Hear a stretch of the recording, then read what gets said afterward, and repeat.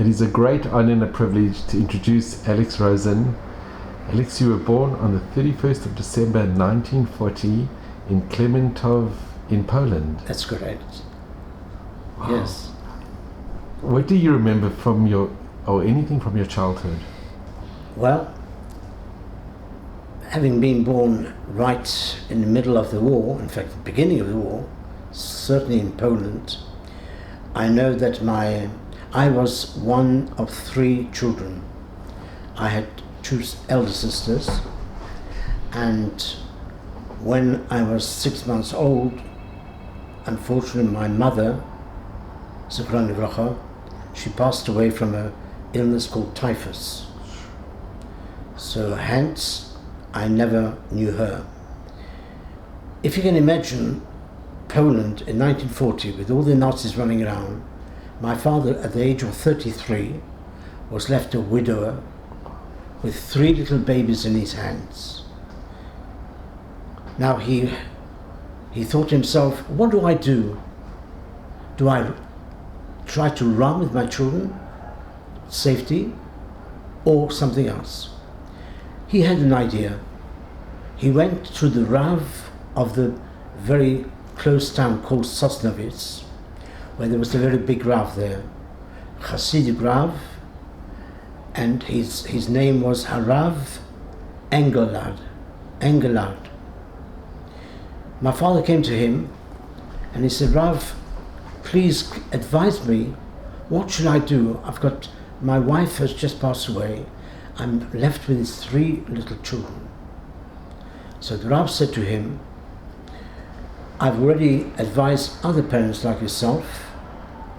What you should do is that you should go to a town called, in fact it wasn't even a town, it was a village called Dandovka.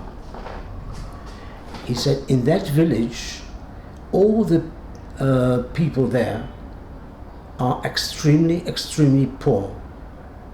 But for money, they are prepared to risk their lives and save and hide a Jewish child. My father then took his Rab's advice and he took us to this little village called Dandovka. He knocked at random at a house. Of course, he came well prepared with a nice sum of money. And he knocked on the door and he said to this lady, who was called Boyko Katarzyna, he said to her, I will pay you in order if you can hide my children for the duration of the war. Are you prepared to do so? As I said to you, she was extremely, extremely poor. So of course, when he offered this large sum of money, she accepted. And she said, yes, I will hide your children here. They will be safe with me. He took her name and address, the number of children that he hid with her, and he told her, he said, I've written because they were completely illiterate in this village. Ordinary, as we say in Hebrew, shikurim, peasants, real peasants. So he wrote a few lines in which he said, in the event that I don't come back alive, from here I'm going straight back to the Rav that gave me this advice. I will give him your name and address and how many children are with you. He made a sign just back with a cross. He left very few photos with her, and apparently he went away to try and save himself. Of course, as the time went on, I grew up in this house. I must tell you that in this house, she was so poor that there were many days, we didn't even have a piece of fresh bread. Till the age of 6.5 or nearly 7, I didn't even know what socks and shoes were. That's how poor she was. And you remember, you have vivid memories Yes. of this time? Yes, because I was there for 6 years in this house. And your siblings, were they older than you? I was there from 1940 till 1947. And you were with your sisters? I was with my sisters, but as I was only, a year old, so I knew nothing. And then, of course, eventually, I was told by this non-Jewish woman who was hiding us, that my elder sister, at the age of 8, having only been some 6 months in her house, she died of hunger. Aye. And she buried her in that little village. Aye. This was all later on when I was 6.5, that she told me this story. I knew nothing. For 6.5 years she never spoke a word about me. And then she said that your elder sister I gave away to another couple because I could not support her. Because this Goyish woman, she had a little son of her own. So she said, I cannot support my son, you, and your surviving sister. So that's why I gave your second sister away to another couple. And of course, as I was growing up, I only saw the woman, she had no husband. So I saw her and her son and myself. How old was her son? Her son was practically my age. And were a year younger, a year older. Were you good friends? Did you we spent, let me tell you, we spent 6 most wonderful years. Although there was such poverty, and but we were very, very strong, like strong brothers. Because she sometimes went to work, but she found a little work. So we were left by ourselves practically all day, just to stay outside the house, because in those days there was no schooling. So of course, as we grew up, there was a tremendous bond between us. Did you know that he wasn't your biological or real brother? I did not know this till I was practically about to leave her house. And at the age of 6.5. Did you think she was your mother? All along the 6 years, of course, it was the only person I saw. Even her family didn't ever come, never came to the house. So all I saw was her and her son. And of course, I must be honest, she treated me exactly like her own son. No difference between us. Alice, can I just say something Yes. here? I know she did it for ulterior motives for money, but there were many decrees that the Nazis did that if anybody was found harboring or hiding Jews, they would be killed. And they actually did kill many. Well, that's what I said to you right at the beginning. She risked her life. Really risked her life. And not only that, not only if the Nazis came, because there were Nazis, Or the Poles. I will tell you later on Poles in the as story. well. But even the neighbors, who were all Polish and non-Jews and very poor, they could have given her up. They could have denounced her. And they must probably knew that you weren't her biological Yes, son. because when I came on the scene, there was only her and her son. So of course, if the neighbors saw me, they obviously knew that that wasn't her son. But they never ever denounced her. And that was also a miracle. It is a miracle. Yes. Because there are many instances where neighbors actually did. And as I was growing up in this house,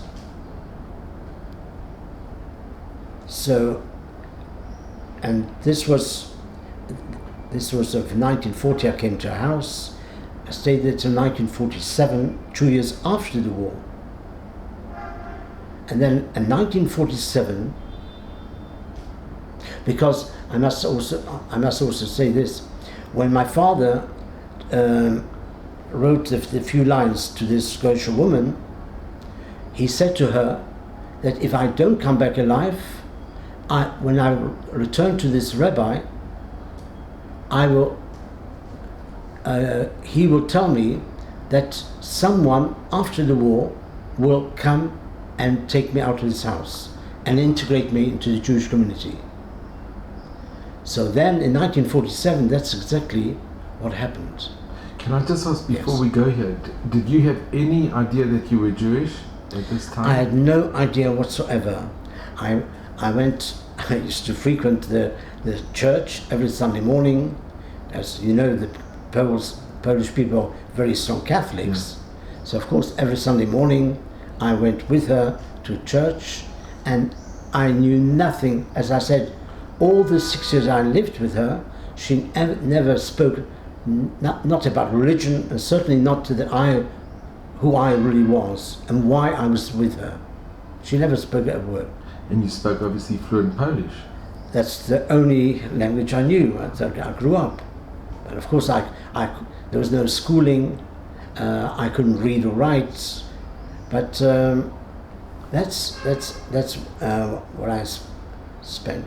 Did you recall? I know it was, you were very young at this time, any Nazis or Germans coming into the village? Yes.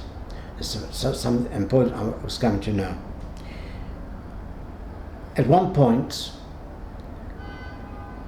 her son was called Bishu, what I called my brother, and we were, as I said, very strong brothers. One night we were in bed already, and practically asleep, and suddenly there was a tremendous bang at the door, and 3 Nazis came in. Because the Nazis, let me tell you, they knew very well that certainly these Polish peasants, for money, they were hiding Jewish children. The Nazis knew that. So they used to visit the houses. And at one night, 3 Nazis entered. I was already, I think about 3. They entered the house, and they asked her, "Who are these children?" So she said, what a question. Certainly they're my sons. They schlepped us out of our bed, asked us to take our pajamas down to see if we were circumcised. But the fact that I wasn't circumcised was the miracle that this Rav of this town, Sosnovich, he, at the beginning of the war, he wrote a letter to all the Jewish communities saying that any boy born from this day on must not have any bris. And the fact that I wasn't brised, this saved my life. Because when they saw that I was not circumcised, they went away. That is just unbelievable. But this I still have in my mind, and I can never forget for years and years and years when I saw them. Anyone I saw in uniform went right through my body, and I was terrified. You still have memories of the Nazis coming into the house? Yes, sometimes I used to have nightmares. Terrible nightmares for many, many years afterwards. Many years. And so as I was growing up in this house, as I said, I was now 6.5. One day we were playing outside the house. Of course, the lady said to us, who I called my mother, she said, "You must never leave the house or never speak to strangers." Because after the war in 1945, the gypsies came right near our village. And what did the gypsies do? They kidnapped children off the streets and sold them. So she said to us, "Be very careful, never leave the village, never leave don't go any far without me." Okay, so that was the warning. But one day, as we were playing outside the house, we saw a man from a distance, and as he approached, we both saw him looking left, right, and he was obviously looking for something or somewhere. I, for a moment, had forgotten what my mother, my so-called mother, Boyko, said to us. And I approached him and I asked him, what are you looking for? And I saw that he had a piece of paper in his hands. So he said, I'm looking for, because my father, when he gave this description of the house to the Rav, so the Rav obviously had it, and the Rav, who was the gentleman who eventually came to take me out, was the Gabbai of the Rav of Sosnovitz. Who survived. Who survived, and the Rav of course survived. And so he said, I'm looking for a house with red bricks and a lady called Boyko Katarzyna. Of course, when I heard Boyko Katarzyna, I immediately said, this is my mother. And if you could, his name was Simcha Rothfeld. And not only was his name Simcha, but when I said to him that this is my mother you're looking for, he had a big smile on his face and so happy. He said, I've been walking for the last 4 or 5 hours looking for this house and looking for your mother. Can you please take me to him? I said, yes. I took him aside. I don't know why. I shouldn't even have done it. Wow. Because this was the only person that came to our house. Anyway, I took him aside briefly. And he stayed for about half an hour. We stayed outside. Then after he went away, he thanked us and went away. So coming back into the house, I said to my mother, who is this guy? Is it your brother? Is it your family? She said, no, it's not my brother. It's not my family. He's just someone who asked me if I'd like to work for him. As she was so poor, so she was looking for a little job. And he came to offer me a job. Okay. I was there, not even 6.5. So when she tells you this, you accept it. Anyway, to be brief, this same gentleman, Simcha Rothfeld, he didn't come once. In all, he came 5 times. In all, it was 6 times, but so all these times that he came, each time I asked my mother, what is he doing here? You've never went to work for him, so why is he still coming? And she said, and only then at the 5th time, because I said to her, listen, Mum, there is something fishy here.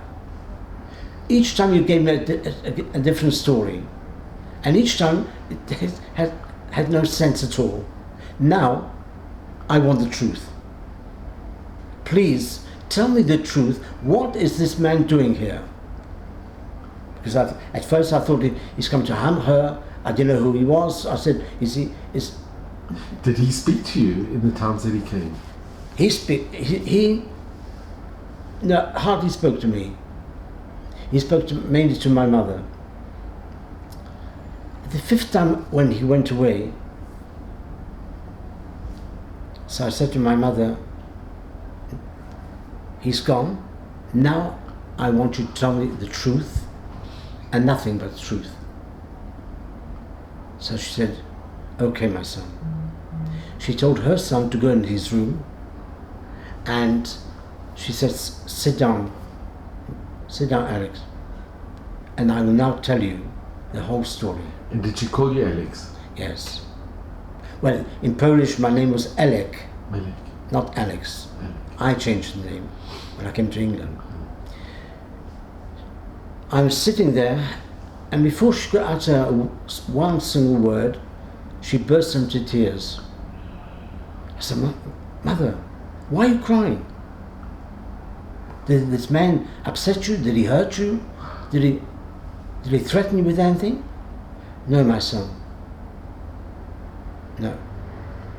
This is the story. 6 years ago, your father came to my house with you and your 2 sisters. He paid me a sum of money and he asked me in exchange to look after you throughout the war. You are a Jewish boy. And the Nazis who came into our house, they want to kill all the Jewish people. And that's why your father brought you here and asked me to hide you throughout the war. Unfortunately, he never came back alive. But he told me that after the war, a Jewish man will come to take us out and to integrate us into the Jewish community. So I then said to her, you just spoke to me about my two sisters. So where are they? Where are my two sisters? She said, well, your elder sister, unfortunately, passed away in this house at the age of 8 from starvation. And my second sister, your second sister, I gave away to another couple. And that is what you are doing. Because in the very first words that she spoke, she said, this was the shocking part.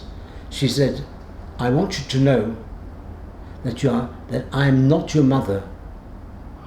And Bishu, my son, is not your brother. Can you imagine? I mean, 6 years. You must have been day in, day out, not having seen any other person in the world except her and some neighbors. And then she to tell me that she's not my mother and this is not my brother. It was as if a 1,000-volt electric shock hit me at that moment. I thought I would never be able to get up from this chair that I was sitting on.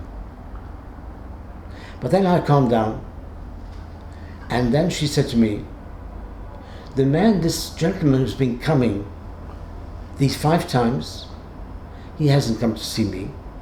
He hasn't come to offer me a job. He's come for you.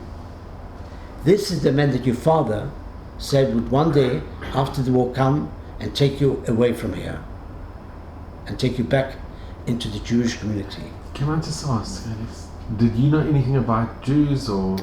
I knew nothing at all. In this village, they never knew what a Jew looked like. No Jew would ever set foot, because these were peasants and at times violent people, drunkards. So no Jew would ever risk coming to this village. And they never saw a Jew. So I could never have seen any Jewish people there. And when you said that you're Jewish, did you ask her what does it mean? Or? So I said, what are you talking about? What is Jewish? I said, what are you talking about? You're not my mother. That's not my brother. That I'm Jewish. What is Jewish? I've been going to church. I'm a Christian. I've been going with you every Sunday to church. Can I ask, how was your feeling for the first time to know that this lady isn't your mother or it's not your brother? It must have been devastating. But as I said to you, my life then was devastated. I could not believe, and I refused to believe what she was telling me. Were you cross with her? I was not cross with her because she loved me. We were very poor, but I found warmth and affection. When she told you this, was she crying? She was crying bitterly. And did you cry? I mean, it must have been the most emotional... The most emotional thing in all the 6 years of my life, as young as I was, this was something, if I hadn't broken up in pieces, that was also a miracle. That I managed to stay calm and accept the situation. And how did you look at your brother now that you know that he's not your biological brother or your mother? Could you see them in the same eyes, or? It made absolutely no difference. It's amazing. I loved her. I loved my brother. I can tell you, I've never seen such bond of friendship, brotherhood, as between him and myself. And can I ask your brother, when he obviously found out as well that you weren't his biological, did it make any difference to him? Not at all. We were so close that nothing mattered to him. Who I was, where I came from, that didn't matter to him at all. The fact that he looked at me as his brother, that's all. Did you say you don't want to go, or you want to stay here? You didn't know anything else? Well, at that point, I said, because the lady said to me, he was coming a 6th time, but this time you have to go with him, because that's what I promised you, Father. Wow. So of course, as you said, I did not want to go. How could I want to go? This was my life. Nothing else. I knew nothing else. So when she told me that he's going to come back in a week's time, so I said, then I asked her what day. And when she told me, I said to my brother, listen, you stand by the window, and when you see him coming, give me a sign, and I will run into the toilet and hide myself. And that's exactly what I did. When he came, my brother gave me the signal, and I hid myself in the toilet till he went away. But then when he went away, she said to me, he's going to come back, and you absolutely must go with him. So this is at this point, this time he came the 6th time. This time he didn't come on his own. He came with his wife, who was called Sonia, and they had several packets in their arms. I brought them into the house. They opened the packets up. Remember, we were so poor, I didn't even know what an orange was. I didn't know what a fruit was. They opened up and put it on the table, and I didn't know what a toy was. So one packet, they opened up a packet, and I saw 2 little trains, model trains, one for him and one for me. This was the first time I set eyes on a toy, and then I ate the fruit and so on. And then we stayed for a while, and she had such chen in her eyes.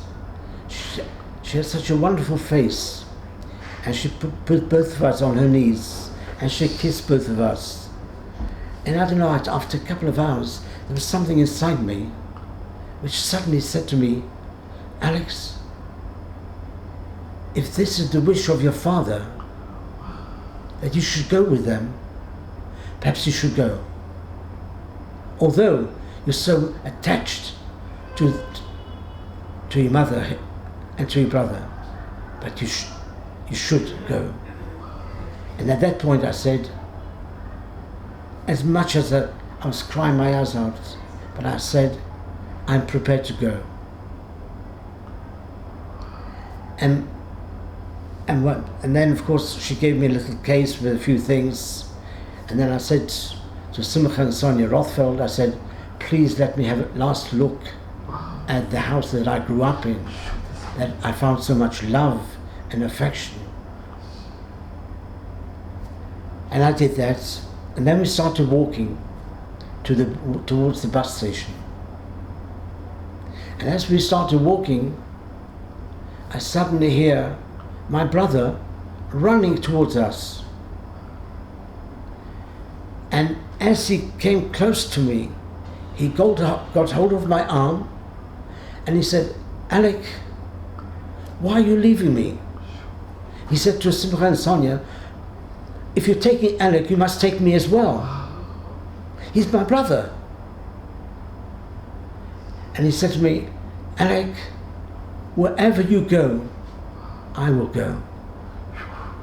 It reminds me of the story of Ruth and Naomi. That's what he said to me. We reached the bus station. Before we could get on, he already got on the bus and sat on the bus. And he refused to get off. And it took 3 men to schlep him off from the bus. He was howling, he was crying his eyes out. I was crying my eyes out. And then the bus left. On the way, when we came into the town, Sosnovitz, the big town, the first thing they did, Simcha Sonia, as I had no clothes, no shoes. You had never been on a bus before? Have you ever been on a bus before? I'd never even left the village. So here you're seeing a town, I'm saying a town for the first time in my life. So we went to different shops. They fitted me out with clothes, shoes, socks, hat, everything. And then we came to their apartment in Sosnovitz. It was a Thursday night, and I walked into this apartment, which was on the ground floor. And being Thursday night, what do you smell before showers? In the Thursday night? Smell of challis. That was the first thing. And of course they gave me to eat. And then as it was late, so I washed and put my pajamas on and went to bed. Following morning I got up, it's Friday morning, and we had breakfast, and I see in the kitchen about 6, 8 freshly baked challahs on the table. And on a tray, big tray, I see a whole lot of gefilte fish.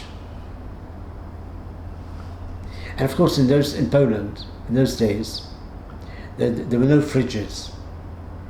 But on the mantelpiece by the window, there was a place where you could place food to cool down. Okay, we finished breakfast, and then Simcha and Sonia said to me, and by the way, her parents also survived the war, and they lived in the same apartment. So after breakfast they said to me, Alec, we haven't finished shopping for Shabbos yet, so we have to still go out.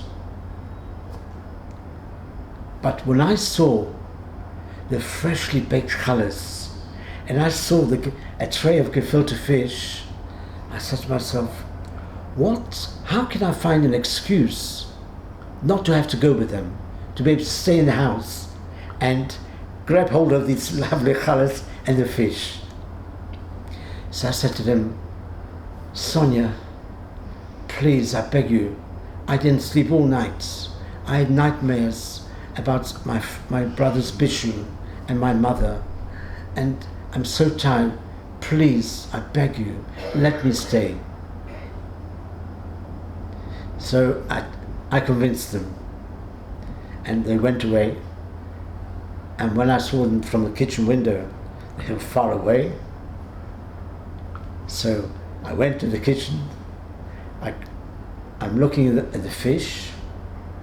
The fish is looking at me, and it's saying, what are you looking at me? Eat us. Then I look, same thing, I'm looking at the challahs. The challahs look at me, and they said, Meshigana, what are you looking at? And I got hold of the challah, and I got hold of a piece of gefilte fish, and I started eating. For the first time, I was eating real food. So much so, it was so delicious that I finished a whole big challah and about 3 or 4 pieces of gefilte fish. Then, having satiated myself, I went quickly to my bed because I saw them coming, so I pretended I was asleep. Suddenly the door opens, and 2 minutes later I hear Sonia shouting away, Then she comes into my room and she said, Alec, what have you done? You've eaten half the gefilte fish for Shabbos and the challah. I said, what? Why are you accusing me? You just woke me up. You saw I was asleep. How could I haven't eaten a thing? And in those days, just where we lived, there were millions of cats roaming around. So I said, you're accusing me? Look, where do we live? Where was the window? It was open. And the fish was on the window. The cats. He jumped up and he had all the fish. So her husband Sonia said, leave him alone, calm down, and then of course she understood. And I must be honest, I grew up in this house. He was the Gabba of the Rav of Sosnovich. And there was still a community after the war? Well, the Rav had the shul. It's a very, very small community. And the Rav survived the war? Yes, well, of course. He survived. And then, this was Friday nights, he took me to shul. Simcha took me to shul. He introduced me to the Rav, the Rabbi in the shul, and I remember him well. Well, this was the same Rav that your father had gone to? Yes. And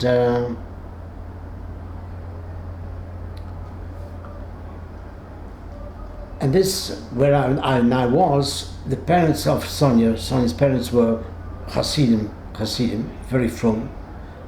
Simcha Sonia were Bob of Hasidim, very from, of course. And the very first thing, he started telling me what is a Jewish boy, what is Jewish religion, what is Judaism. And he started teaching me very slowly and with tremendous patience the Aleph Beis and a few brachas. How did it feel going into a synagogue for the first time after being in a church? It seemed extremely strange. Yeah, I couldn't understand a word what was being said. Everything inside was completely different from from the church I used to go to. But were there any children? There were no children in the shul. No children. I was the only child. To be brief, I grew up in this house, and I stayed there for 6 months. And they were kind to you?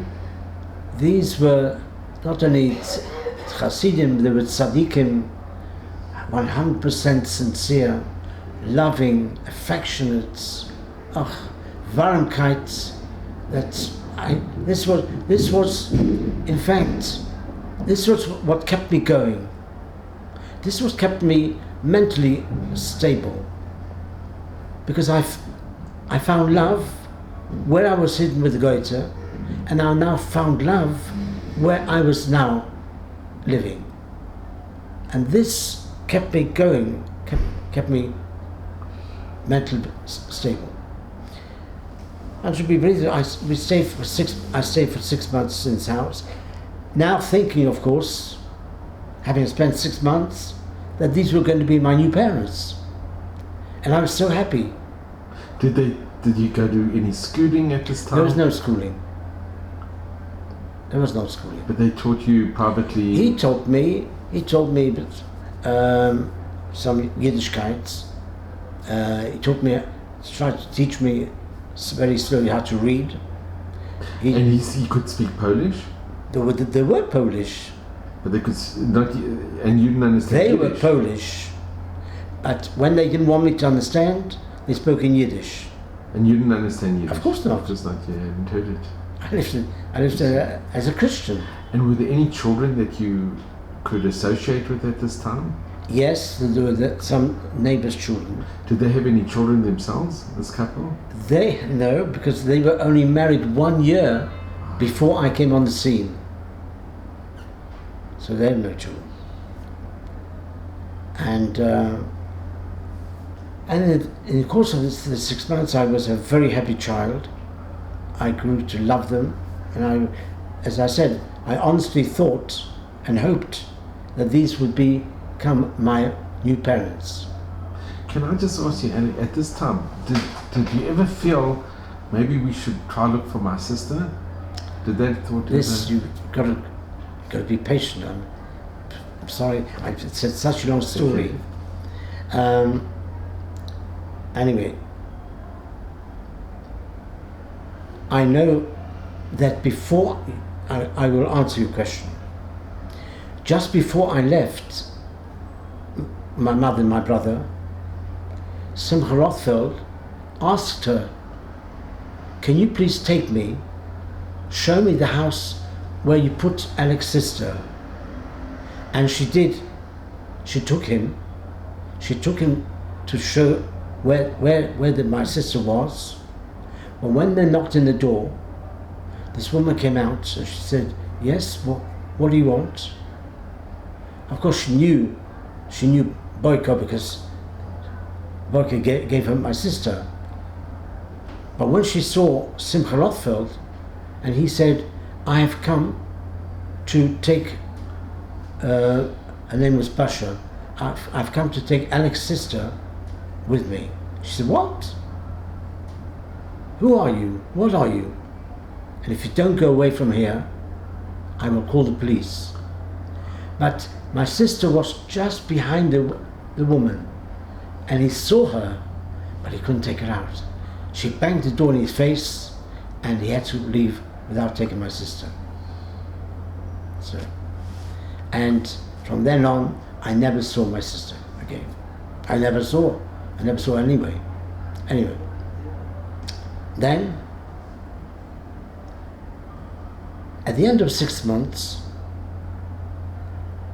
in 1947, there was a big pogrom called the Kielce pogrom.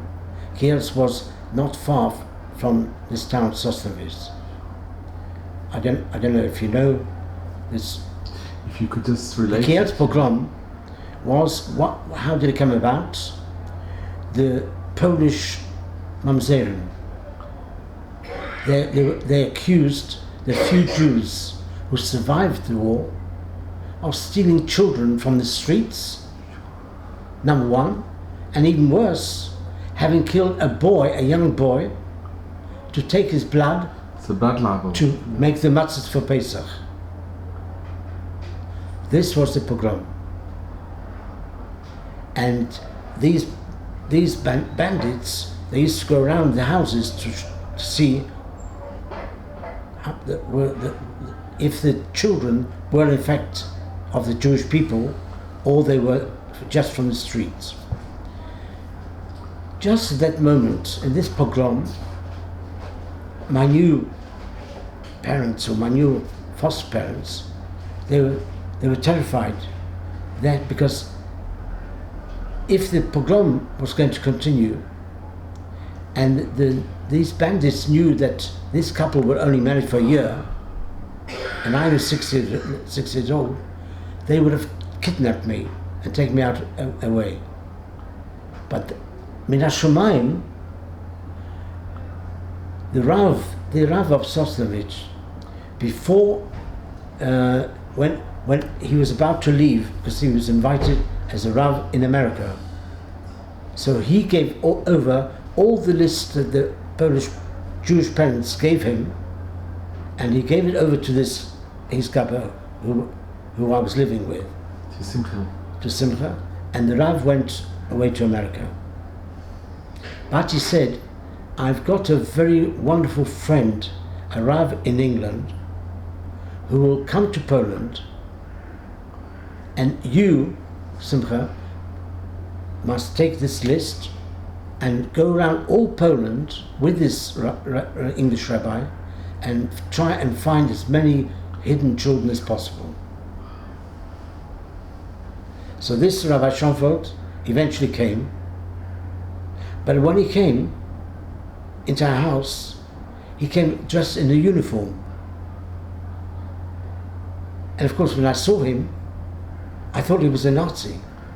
And I started trembling. So Sonia said, Alex, this is not a Nazi, this is the English rabbi that is going to take us and all the children he can find out of Poland and to go to England. Okay? Anyway, so this English rabbi and Simcha Rothfeld went around all Poland and to try and find as many of these hidden Jewish children as possible. At one point, Rabbi Schonfeld, he knew that children were hidden in private houses, in convents, in monasteries, so he went around to all these places. And when I was older, this same Rabbi Schonfeld told me, it's a well-known story, that one night he went to a convent. He knocked on the door, and the sister opened the door, and she said, "Can I help you?" He said, "Yes." He gave her a story. Once he was inside, he said, "The reason I'm here is because my daughter, she wants to come and join you. And before I can agree to that, I wanted to see for myself what the place was like." That's how he managed to get in. Once he was really in, then he said to the chief sister, "Do you by any chance have any Jewish children hidden here?" She said, "No." Of course, he was a rabbi. He was 2 feet tall, blue eyes, very handsome, fantastic personality, and he didn't accept no as an answer. He said, "Are you sure?" They said, "Yes." He then started saying Shema Yisrael. The children were sleeping already, in bed. And as he finished the first paragraph, one by one, they got out of their beds and came to his side. In all, 9 Jewish children, who they said they didn't have, they were all by the side of this rabbi. Wow. He said, "Now that I've got them, I have a paper to say I can take them out." And he took them all out. Eventually, he managed to find, in fact, he came twice, but in my time, he managed to find, together with Simcha Rothfeld, he found 130 Jewish children,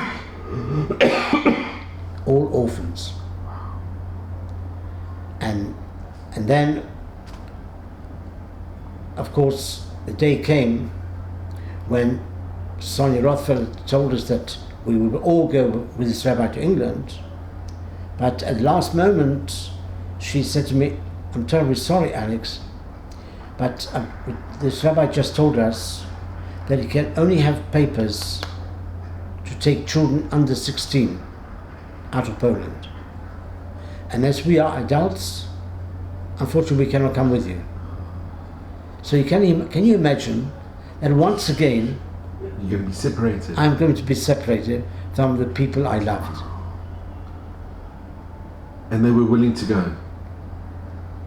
Who? Simcha and his wife. No, they couldn't go. I know, but they wanted to go. Of course they wanted to go, Yeah. but they couldn't go. They said, "Well, you have to go with this rabbi and with all these children. And please God, I'm sure that Rabbi Schonfeld will eventually find a place for us to come." And so we arrived. I said goodbye once again with tears, screaming, and we arrived in England. How did you go by boat? We came by boat. It's the first time you were ever on a boat, obviously. Yes. The boat itself took 5 days to go to Scotland. In the first 2 days, one particular moment, Rabbi Schonfeld, he said, because Rabbi Schonfeld could only speak English and Yiddish, but he brought with him 2 Polish people to translate for us. And at one point he said to them, tell these children to repeat word for word what I'm going to say. And of course Rabbi Schonfeld thought that this was the end. The waves were so tremendous, the boat was going from side to side, and we really thought that this was going to be the end. So we all said the Shema Yisrael together. And then third day, it was much calmer. We arrived in Scotland. We stayed in Scotland. There was a very rich man who had a castle, and he gave the castle over to Rabbi Schonfeld and all the 130 children. Was it a Jewish man? Or? A Jewish man, sure. A Jewish man, a big philanthropist in Scotland, well known. And can I just ask, when you were on the boat and when you met the other children, similar ages yourself, did you develop a bond, a friendship with these other children? Yes, I was the youngest of all the children. And I developed a very good contact with two girls who, after a time, when we re-met, she said, I was like your little mother on the boat. She looked after me on the boat. And we had contact all these years. And then, of course, we came to England, and Rabbi Schonfeld put an advert in the Jewish Chronicle. It's a Jewish, like you would say, Jerusalem Post. Yeah. It's still going, the Jewish Chronicle. Jewish Chronicle, so you know. There are 130 orphans who've just come from Poland. Anyone wishing to adopt, this is the new number of telephone and the address. He organized he bought a very big center to accommodate all of us. In London. From Scotland we went by train. How long were you in Scotland? Scotland, I think it was 2 weeks. And after 2 weeks, we took the train to London. In London we came to this big, huge centre.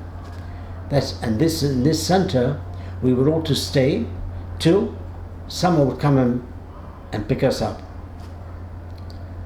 And every day, of course, Rabbi Schonfeld managed everything from food and so on, lodgings and so on. And every day people would come and choose a boy and girl and take them in. I was left in the last 5 of the 130 children. And I said to myself, does nobody want me? What's wrong with my face that nobody wants me? This must have been devastating. How old were you at this time? What? How old were you at this time? Not even 7. Not even 7. Because I was 31st of December. And this was May 1947. May. Just to tell you how I stayed mentally intact. I could have broken up, I could have been shattered to pieces, I could have become mental, but no. Hashem wanted me to stay and to survive. And at each step of I found love. Now, so as I was thinking, so then Rabbi Schonfeld came to me and said, there is a lady who has come for you at last. This lady took me to a house in London, North London, and of course she was Russian, I was Polish, the language barrier, but her neighbor downstairs was Polish. So she brought him up and she told him to tell me that she is not going to be my new mother. My new mother is her sister. But her sister at the moment is in America visiting family. But her sister asked her to go and pick up a boy and keep me till her sister came back from America. And this is what she did. And after 3 weeks being there, this called her Uncle Max, they had, by the way, Uncle Max and Auntie Minnie, they had a daughter called Betty. She was then 13 years old. 13. And then at the end of 3 weeks, first of all, he took me to shul, to a new shul, and at the end of 3 weeks, the last Shabbos, he said to me, this Shabbos, your new parents have come back from the States, and I'm going to introduce you to a new father in the shul. So in the middle of the tefillah, he took me to the seat where my father was sitting, and he said, this is going to be your new father. He is the one who is going to adopt you. And also, even now I see my father, he was of course very frum as well. And he came from a very, very frum family. His father in Russia was Rosh Yeshiva. Was he more Litvish or was he more My father was, he wasn't Litvish. He wasn't Litvish, no. But my father was not a Chassid, but he was more Litvish than anything else, yes. Anyway, so I met my father, and then after shul, I went with him to my new house. And your mother you hadn't met yet? And no, now entering the house. How does a child of 7 cope with this? I meet my new mother. She came over and kissed me, took me in her arms, and I saw the most beautiful Shabbos table. And slowly, they had no children of their own. Were they married many years?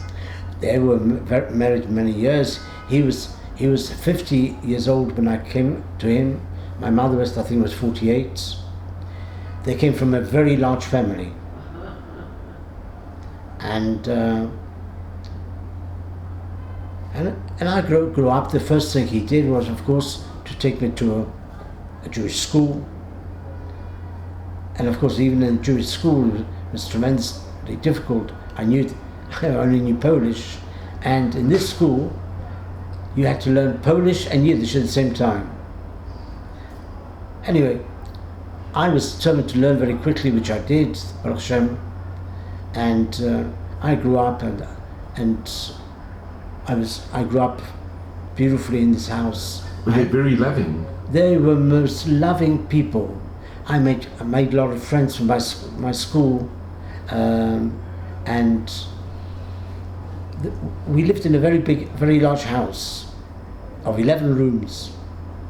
And so my mother, she said to me, ask your friends round Shabbos afternoon for tea and cakes. And so they would, all my friends would come every Shabbos afternoon to my house. And as you just made a comment, so I can tell you, from there, I joined a very frum organization called Pirchei Agudas Yisrael. It was a very religious for an Oneg Shabbat. And on the way going to that place, one of my friends turned around to me and said, you know, Alex, I'm very jealous of you. So what? Why?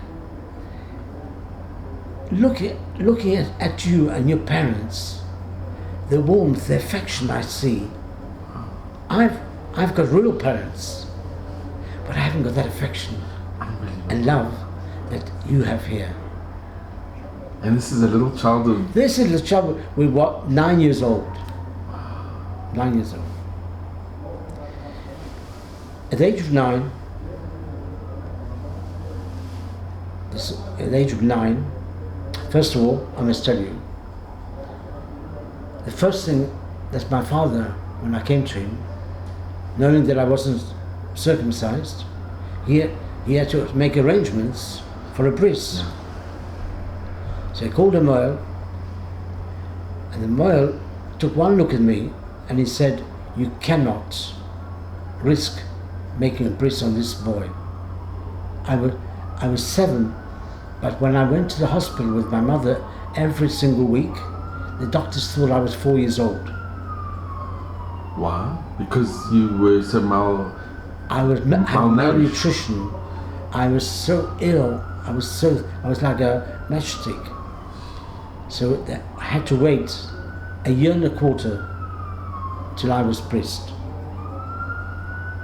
And then, of course, a Moel came, who was also a doctor, and I had the breast at the age of 8 and 3 months. I'm sure they must have made a lovely ceremony. Oh yes. Oh, if you can imagine how many people. My father was a gabba in the shul. In which part of London were you in? North London, Stamford Hill. I lived at number 1 Clapton Common, London E5. Stamford Hill was like the Bnei Brak of England. There were so many Hasidim there. And then at 9 years old. Do you remember the name of this shul? Yes, of course. The shul, we went to 2 shuls. We had a weekday shul and a Shabbos shul. Weekday shul was called Springfield, because that was the area. It was called Springfield Shul. And the other one, the Shabbos one, was called Grove Lane Shul.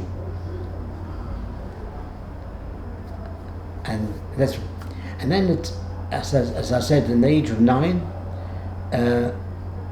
my father said to me, next week we have to go to court for me to adopt you officially. So then he said to me, having said this, he said to me, what name would you like to take? The judge is going to ask you, what name would you like to take? But my name family name was called Rebenstock. Alec Rebenstock. And my new name, this new family, they were called Annie and Joseph Rosin. So my father asked me, so I thought to myself, this was rare. I've been 2 years with them, and I was so happy with them. I was the happiest child on earth. I said to myself, what do I know of my Polish name? Sure. I know nothing. I know no one. And these people, they are my new parents. They give me love and affection. I said to my father, I want to take your name. Wow. I want to be called Alex Rosin. You must have been very emotional. So, of course. Oh. Wow. The next day, Wow, we went to court, and the judge asked me, and without any hesitation, I said, my name, Polish name is Alec Rebenstock, but from today onwards, I would like to change my name and be called Alex Rosin. And that's the name I have at present day. Wow. I grew up at schools. I did all my exams, A-levels, whatever you call it, baccalaureate. And you had many friends? I had loads of friends. And then eventually I left this very religious organization and I joined Bnei Akiva. Because my mother was a very big Mizrahi worker. She was very friendly with the chief rabbi of England, who was called Chief Rabbi Jacobowitz. And she was very friendly with it, right? Because she was a big worker for Mizrahi. So the chief rabbi knew me as personally as well. And did you have any contact with Rabbi Schonfeld after you were placed after with 2 years in my first school, which was practically a Haredi school, at the end of 2 years, I became very unhappy. And because I don't want to go into all the details, it's so long, but I had a very nice experience. I saw a teacher of Kodesh, Hebrew teacher, hitting his own brother who was in my class with this cane. And when I saw this, all the memories of Poland with Nazis hitting all came back to me. And at the end of this 2 years, it was just before the summer holidays, I said to my father, I'm not going back to that school. If you want me to go to school, you have to find me another Jewish school. Which he did. This new school, it took me just before the holidays.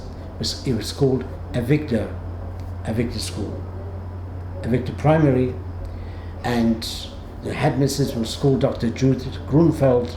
She was also a refugee from Germany. Her husband was a Dayan in London, Bethlehem. And your answer to your question, Rabbi Schonfeld, he used to come to the school every Friday morning in assembly time to give a little Dvar Torah to us. So in fact I saw him for years, every Friday morning. I had this shaykhs, this contact with him. And he obviously recognized you and not only that, but after the assembly he called me over to his office, and he always gave me a packet of sweets. And he used to ask me, Alex, are you happy in your new home? How do you find your parents? And I had contact with him right up to the day he died in 1984. So he had a brain tumor, I think. At the end, yes. At the end. Anyway, so I grew up, I did all my studies. Then I went to Gateshead Yeshiva. You've heard of Gateshead? Sure. I worked in Gateshead for nearly 4 years. And then, at the end of 4 years, my parents were aging, and I thought to myself, I thought of Parnassa. I must do something, I must study. To earn a living. I must learn Parnassa. In my heart of hearts, from the age of 12, I wanted to be a teacher in a Jewish school. And from the age of 12, I never changed. I wanted to do two things: to be a Jewish teacher in a Jewish school, where I would have no problem with Shabbat and Yom Tov, and I also wanted to be in the world of Klei Kodesh. So when I finished Gateshead, I joined Jewish College of London. Jewish College. That was the main rabbinical sure.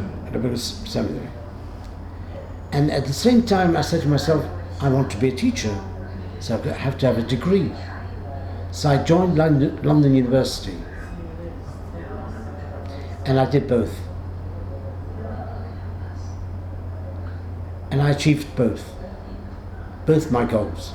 Did you ever want to get smicha to become? Yes. In fact, when I was leaving Gateshead, they were so upset.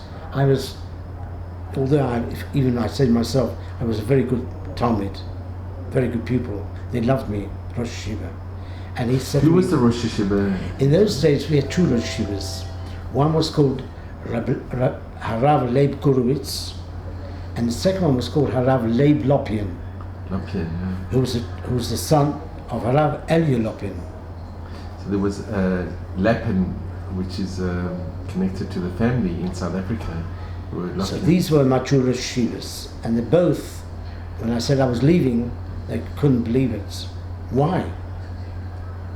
You want smicha? We'll give you smicha. I said, unfortunately, your smicha will not count.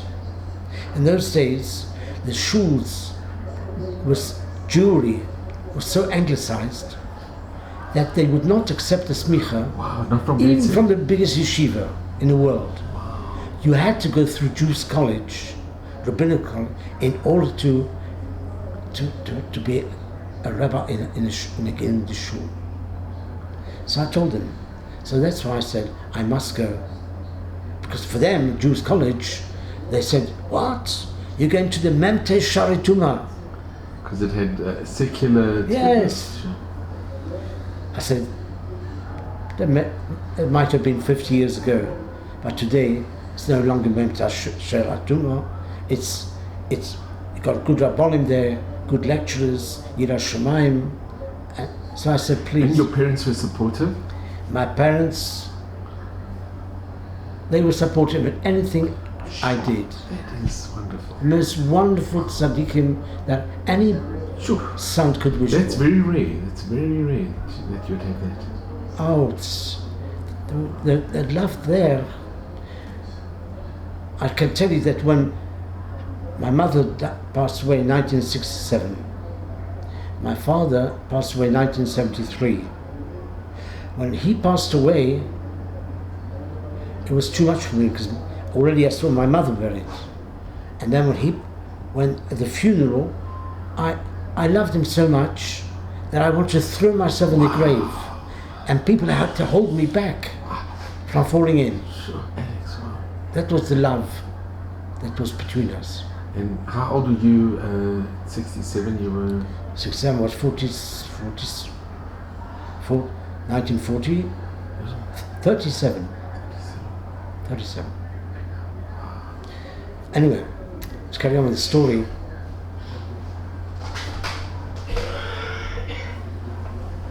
You go to Jews College? I'd finished Jewish College. The chief Rabbi Jacobowitz, who I told you was personally friendly with us, he gave me my first post. And you got smicha? Yes.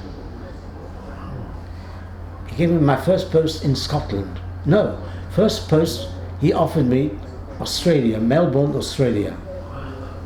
I said, Rav, you know my parents, elderly people, they've never had children of their own. They adopted me, they gave me love and affection. How can you even think that I should leave my parents at their age?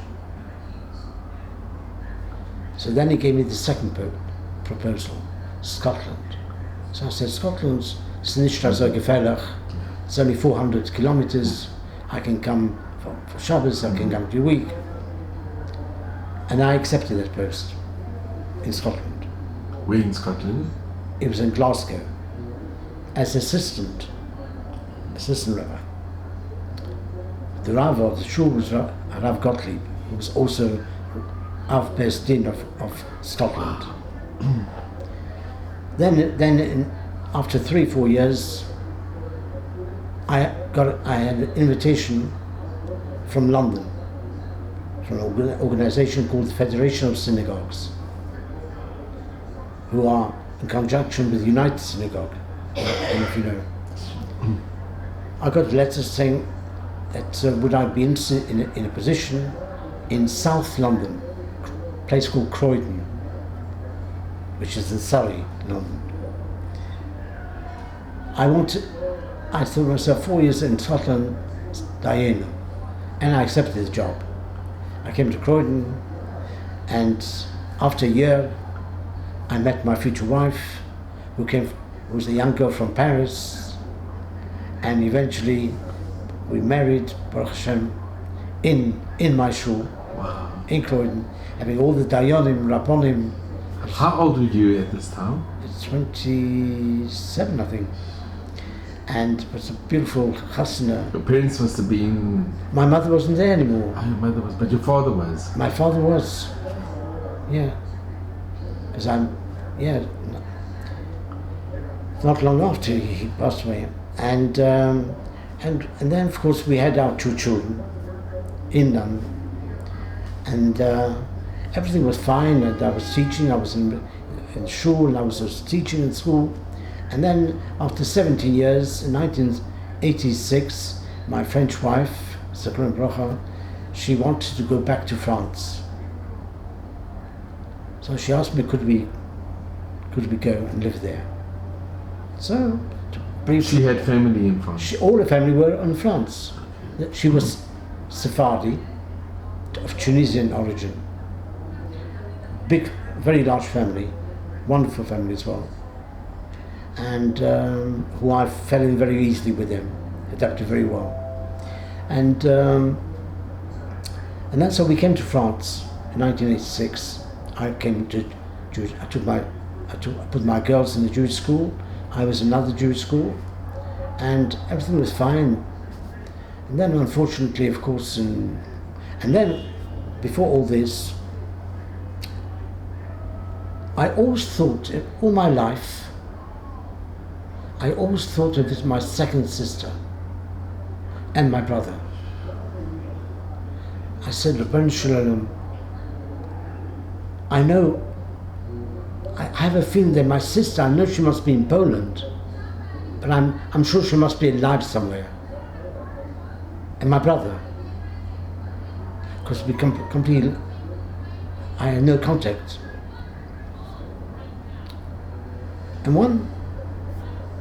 And I always said to myself, I never want to return to Poland. Not to Poland, not to Germany. But in 1995, I was due to marry my eldest daughter. It was her wedding. And just a few days before the wedding, in a dream, my real Polish mother, whom I never set eyes on, she came into my bedroom and she began to speak to me. In a dream? In a dream. I couldn't see her face. All I could hear was her words. What did she say to me? She said, my darling son, I want to tell you, first of all, I want to wish you a very big mazel tov for your daughter's wedding. But more important than that, I want to tell you what wonderful nachas I've got from you. She finished those words and she went away. I got up with a scream. I think the whole building must have heard me. Anyway, I told my darling wife, who was called Solange, my two children, my eldest daughter is called Anne Sonia, and my youngest daughter is called Rebecca Jane, or I call her Rivki. Anyway, all was going fine. And then one Shabbos, the Rav of my shul, I now lived in Créteil, in suburb of Paris. One Shabbos in his Devar Torah, he announced that the whole Kehillah, the whole community, were going on a one-day visit to Auschwitz. And anyone who are interested to come or go should contact the secretary Sunday morning. So, of course, they're married. My daughter married. Everything was fine. And now I hear this visit to Auschwitz, which in my mind I never wanted to go. But somehow, the fact that my real mother came to me and spoke to me, it's as if she gave me a chizuk to tell me, go. And so, Sunday morning, I said to my wife, Solange, I said, my darling Solange, I now would like to go. And she said to me, if you go, I'm coming with you.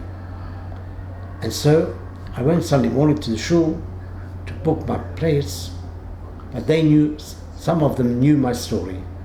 So when I came to pay, they said, no, you are our guest. Not you, not your wife, pay. We honor that you come with us. So we went to Auschwitz.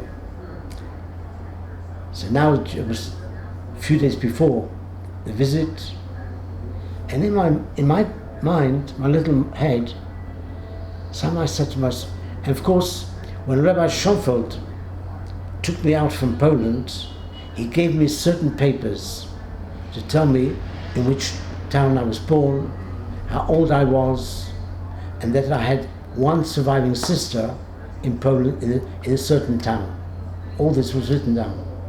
These papers I kept for over 50 years in my desk.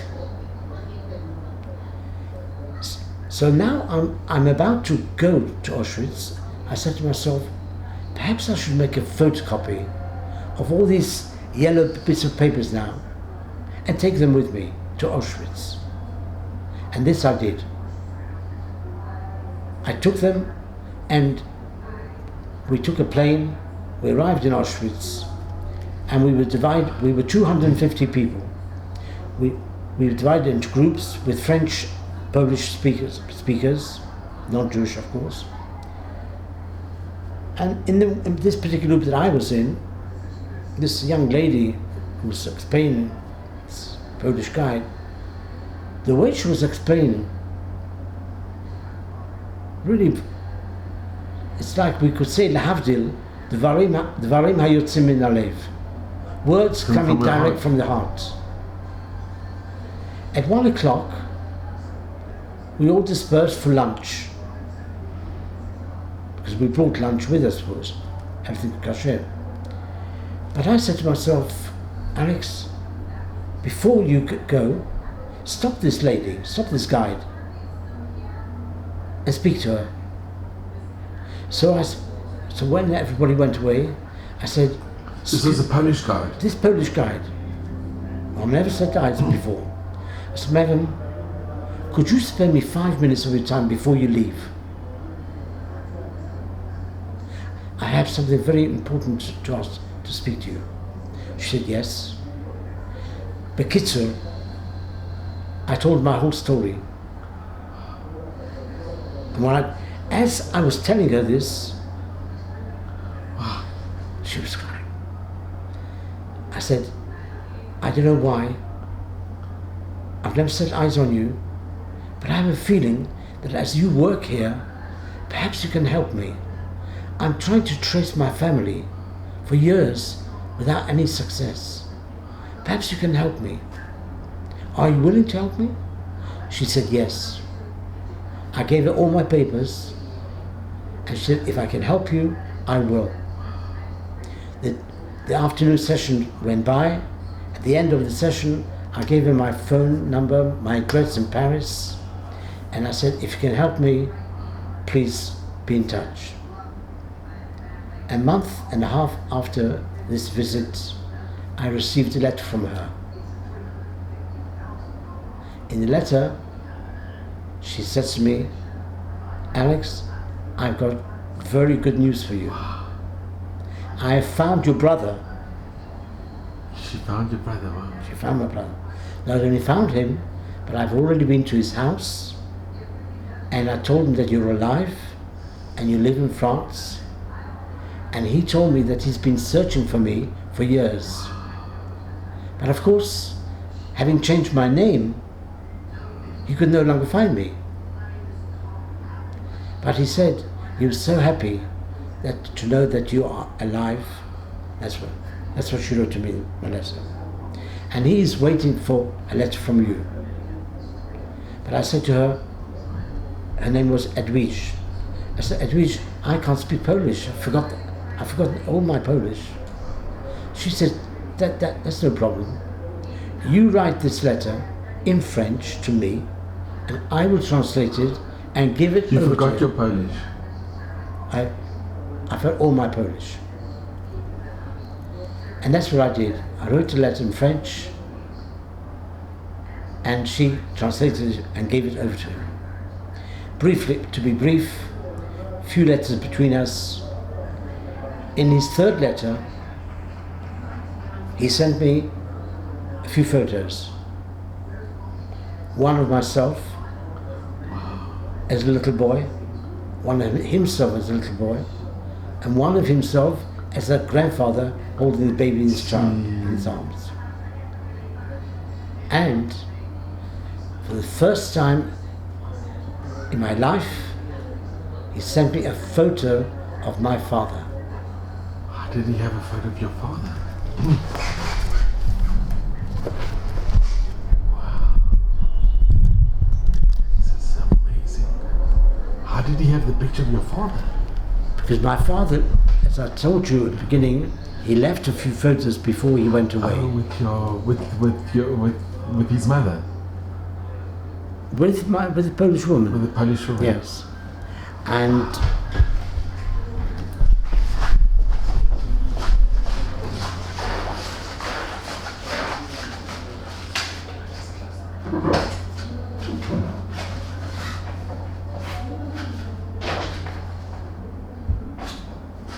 it's amazing that you have these pictures. And when you saw the picture, how did you get the picture? Did he sent it in the letter that he wrote to me. And this was the first time you've ever seen He sent me a very small. He sent me the original photo of my father that he left. My father left, and I photocopied it. And Alex, can I ask, how was your reaction when you saw the picture of your biological father, of your father? I mean, At first I had a shock, because looking at his face, it's very hard for me to say this, but I said to myself, he looks a little like him. A little like? I see what you're saying. What would you think? I don't want to say, but... You know what I mean. Yeah. That was my first reaction. But then... It's just the moustache. That's all. But then... I was so overwhelmed that all my life I have been praying to Rabbi Shalom. I said to him, I've never seen them. I didn't know them. But Rabbi Shalom, even in the dream, let me see their faces. Even in the dream, let me see what they look like. All my life. And then when I saw this, I said, thank you, Rabbi Shalom. However, my mother, because he left a photo of my mother as well. But unfortunately, in those days, the photos were very small. And there was a photographer who came to the house, to my sister's house. I'll tell you in a minute, my sister. And he said, if you want me to enlarge the photo, let me have it. I will go away and I'll come back and give you an enlarged photo. He took the photo, and unfortunately, the only photo was gone. He never came back? Never came back. Now, to carry on. So now I'm writing letters to my brother, and I was so happy that my brother was alive that I wrote back to him and I said, I'm so excited, I'm going to come and see you in Poland.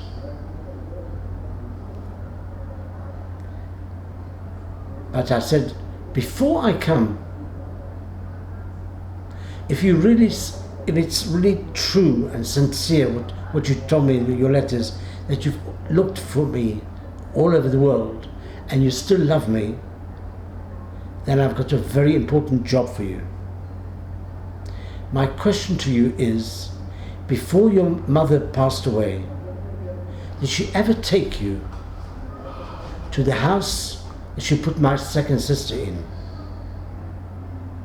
In his reply, in his letter, he said, yes, she did take me, and I did see your sister.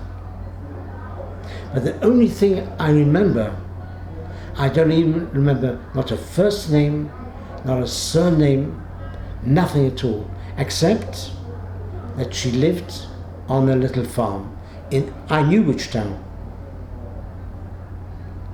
So when he told me this, that he saw her on the little farm, I said to him, now that you've told me this, before I come, I want you to knock on every farm in this town till till we find her. Okay? That was in my last letter. Now, I have bought tickets to go to Poland. Now, but if I come to Poland, how am I going to converse with my brother? So I'm in contact every single week with this guide, Polish guide. The one that was at Auschwitz? Yes.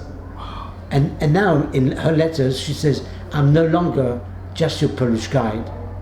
I feel like a member of your family. Wow. A malach min hashamayim. Not Jewish? Not Jew, Polish. Polish. She was just a real malach min hashamayim. Like an angel. So I pick up the phone and I've got to tell her when I'm coming. And I said, of course, I hope you'll be there to translate for me. This was in August. So she told me in one of the letters, she was not just a Polish guide in Auschwitz, she was also a teacher of French in a school. So when I told her that I'm coming tomorrow night, okay? So she said, you are lucky because I'm off the whole of August from Auschwitz and from teaching. And I will stay with you for the whole week that you will be there, all day and every day. Unbelievable.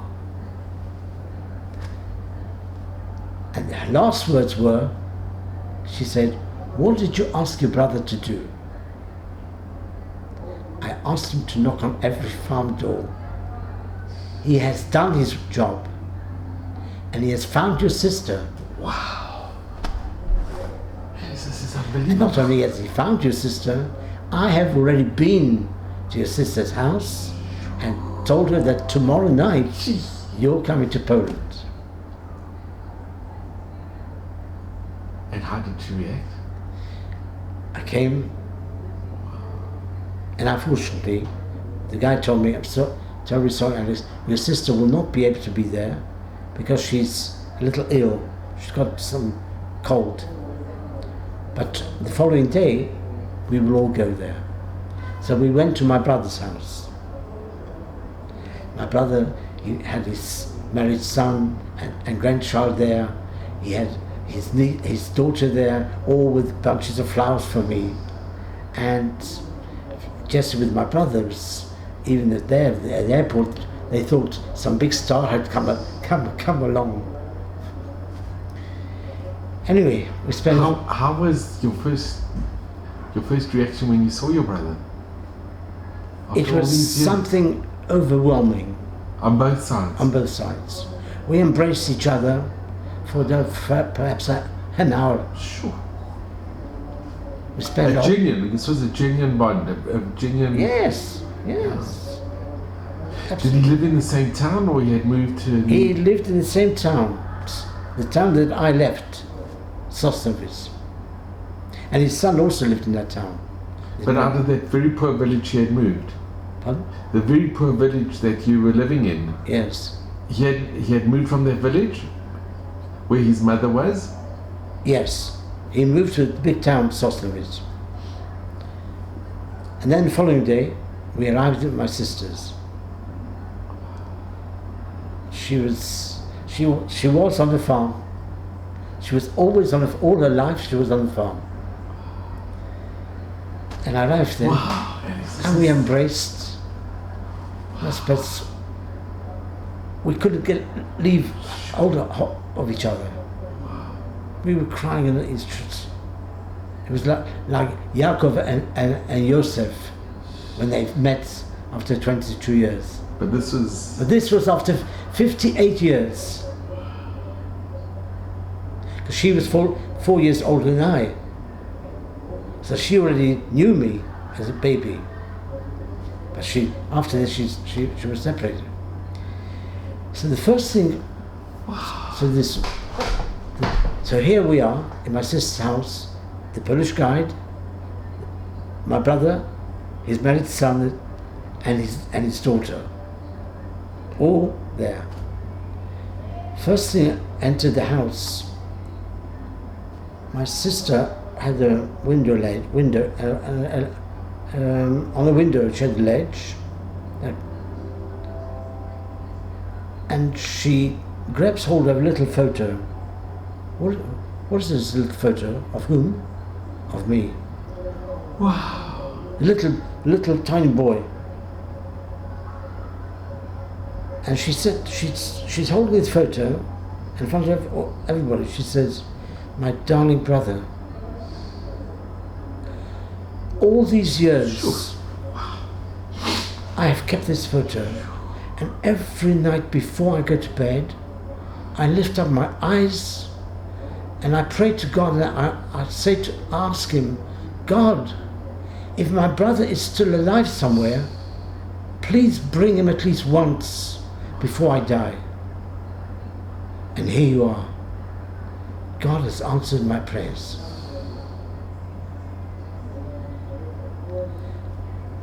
That was that. Can you imagine the scene?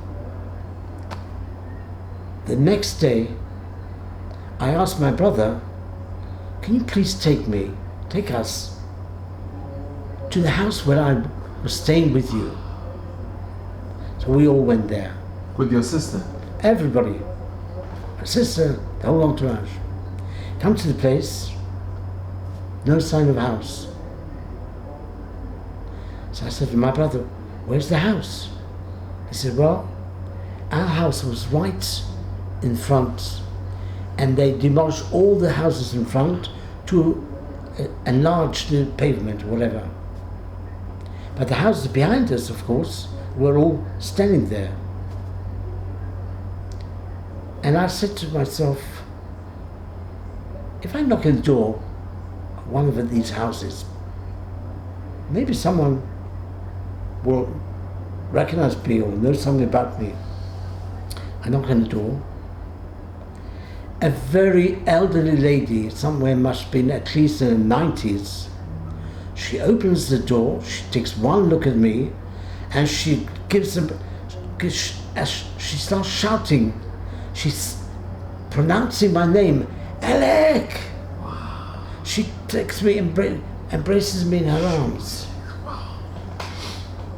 And through the guide, she says, "When your mother had a little job and she left you on your own with your brother, I came in to look after you. Wow. And I used to comb your sister's hair." Can you imagine? 58 years. Wow. She recognized me. She called out my name. Even the guide practically fainted. Anyway, the next important thing I did, I took everybody to Krakow. Okay? Why did I take it to Krakow? I wanted to take it to the shul in Krakow. You know Krakow? Was to the Ramah shul? To the Ramah shul. And I said to the guide, and I filmed all this. Was it far away from where you... Two hours by bus. Exactly 2.5 hours by bus. We come to Krakow, we come into the Ramah shul, which was functioning already. I was there in July. Last year I was in July in Krakow, in the Ramah shul. How was? I was there nearly a year ago. I was in the Ramah shul. Okay. I said to the guy, "Please translate to my sister everything that I tell her." I took my sister, put her in front of the Oren Kodesh. I opened the Oren Kodesh. I said to my sister, "Please kiss this sefer." And then I said to her, "My darling sister, I want you to know that you were born a Jewish girl. You're not a Catholic. You were born, same as I, of Jewish parents, a Jewish girl. But unfortunately, our parents were killed, they died, We were separated. You went one way, I stayed one way. You grew up as a Catholic, and I grew up as a Jew. But I pray to Almighty God that just as you were born a Jewish girl, I hope that you will die a Jewish girl. She kissed the cemetery. Not a word, not a hesitation. Her daughter was there as well, and her son-in-law, and the grandchildren. And did she have a husband? She has and her husband. He was a shikar goy. But they all came? They all came. And then after that, I took them to there was a kosher restaurant there. I took them all for lunch. And after the lunch, we took them into the cemetery. By the Ramashal? By the Ramashal. And I felt in myself, having done this, it was like something off my shoulders, a big burden. I was so proud that I could do this. And then, of course, I visited Poland 6 times in all. The 5th time, of course, I went to her daughter's house. I saw the grandchildren, her husband, and I was able to converse with the husband because I speak German as well, and he spoke a little German. So at least with him, I was able to converse. But I had my guide in all the visits I made, 6 visits. She was always with me. This is just the most incredible what you say. And then the 5th time, the daughter tells me, says, Uncle Alex, my mother is ill and she should have been in hospital quite a while ago, but she refuses to go. Perhaps if you ask her. So I said to my sister, my darling sister, I've waited for 58 years for this day. Now that we're together, please go to the hospital. I want you to be well. No, she refused. She said, if I got to go, I want to go in my house. Anyway, so the 5th time, this was, 5th time, I left her. I went back to Paris, and maybe 2 weeks later, after my last visit, I had a dream as well, another dream. And in a dream, my sister is calling me.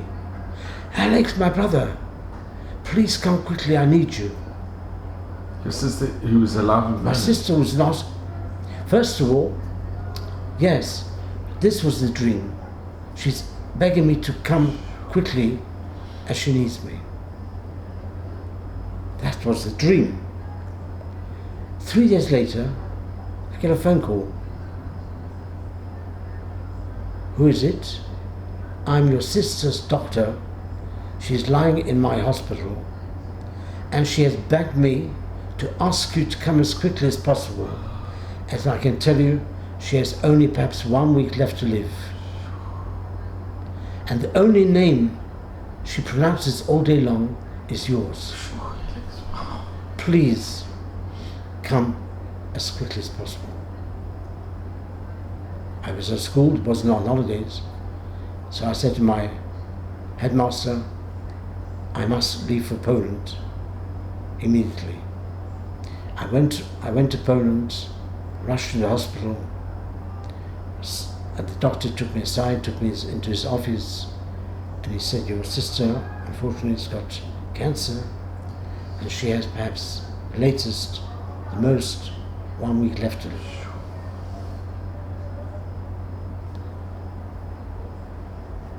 It is now the end of the week.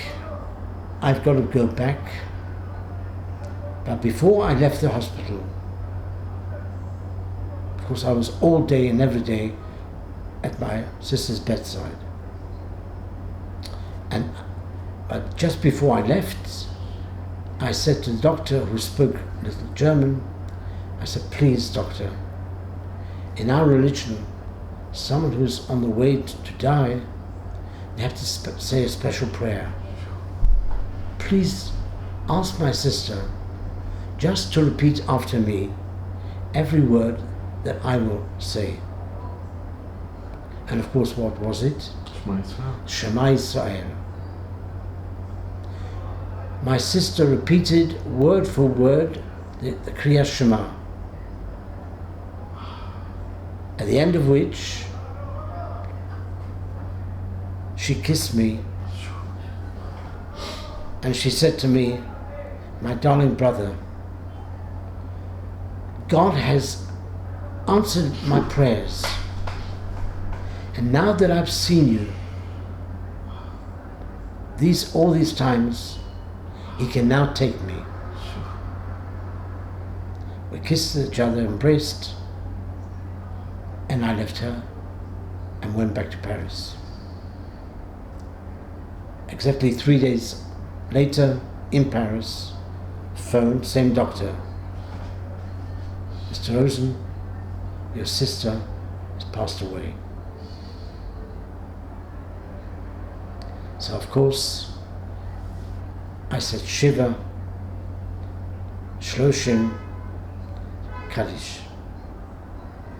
When the Rav of my shul in Paris, who was a big chaver of mine, he said to me, Alex, what you've just done for your sister, if you never do another mitzvah in your life, you've done the biggest mitzvah possible. And before I left, I got the rabbi of the Ramah Shul to visit the hospital to my sister, and I said to him, please, if I cannot come for the Levaya, please make sure that you find her a spot not in the Christian cemetery, which he did. In her town? In that town. And that is my story. And of course, these people, Simcha Sonia Rothfeld, they came to England just a year after me. But because Rabbi Schonfeld found him a job as a chazan in one of the north of England shul, because he had a beautiful voice. But throughout the years, from that moment on, I always kept in contact with them. And Baruch Hashem, they had 4 children of their own, but for them, I was their bechor. For them, I was their eldest son. All these years.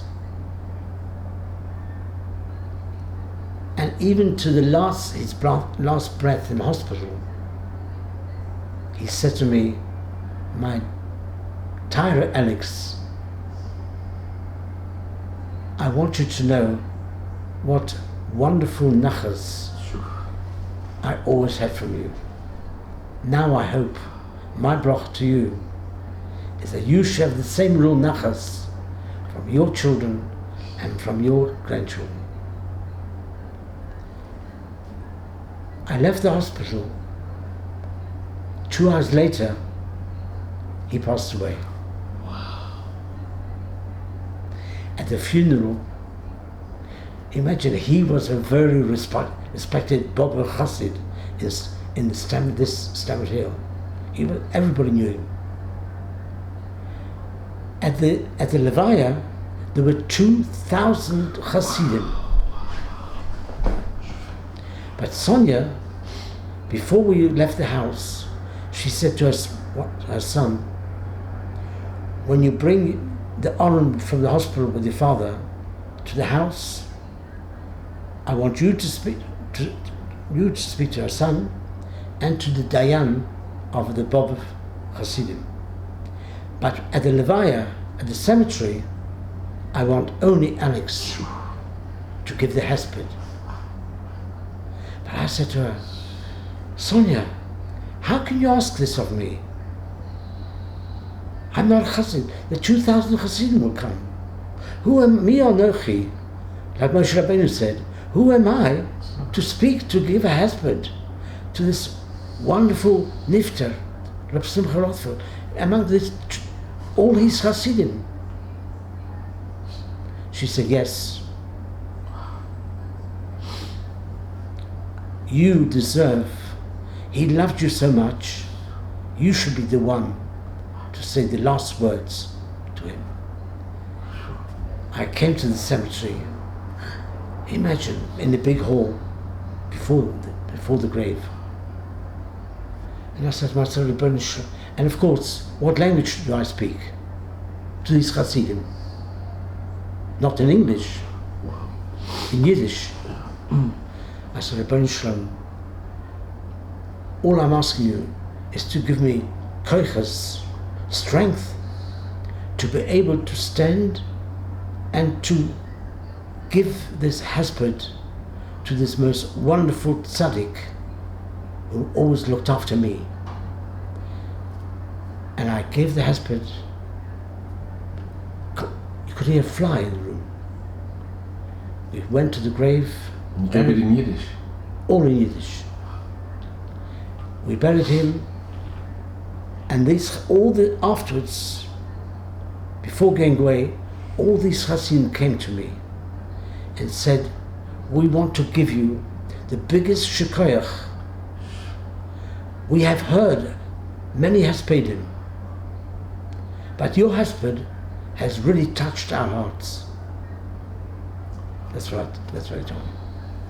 And since then, every time I go to London and I go to Stamford Hill, I get such big covers from all these Hasidim. Wow. Well, and then of course, in France, in Paris, unfortunately, both my daughters married Frenchmen, Sephardi. We had, and of course, my children, we had, I have seven grandchildren, beautiful. And I said to myself, at the end, the conclusion of my story, I said, Hitler, you wanted to kill me, but I'm still here. You're gone, but I'm still alive. And I formed a wonderful mishpacha with Hashem's brachas.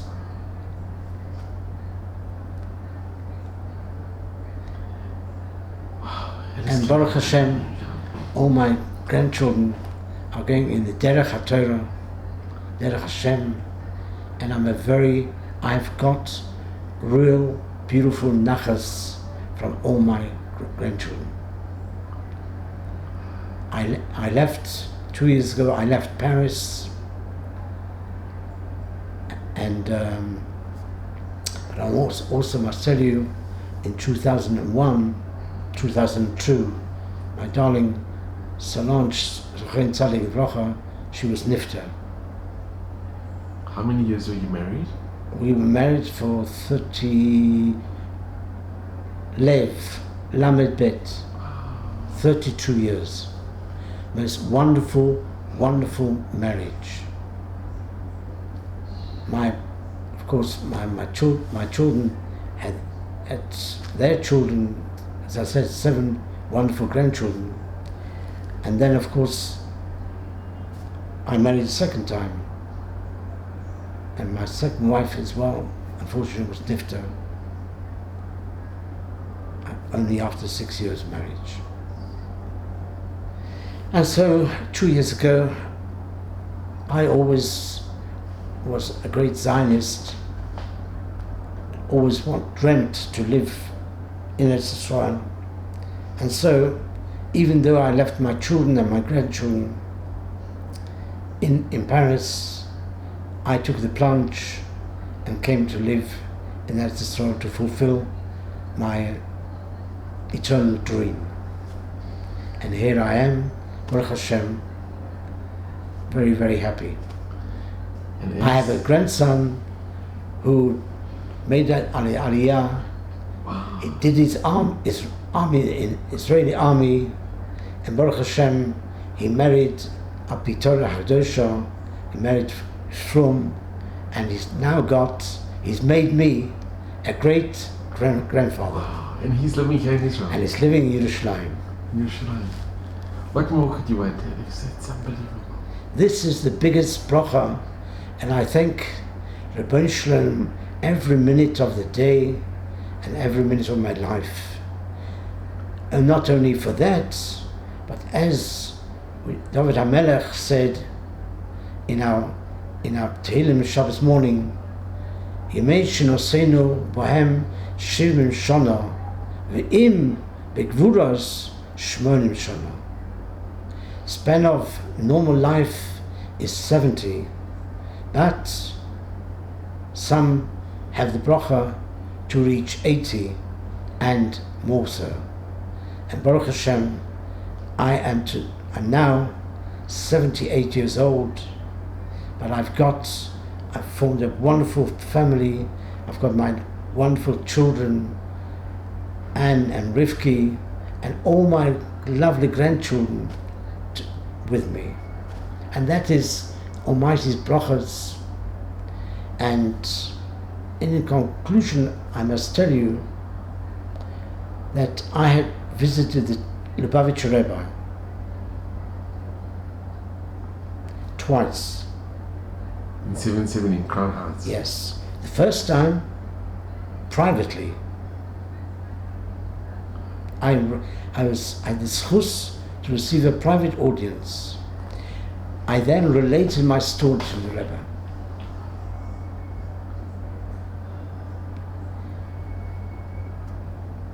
And he said to me,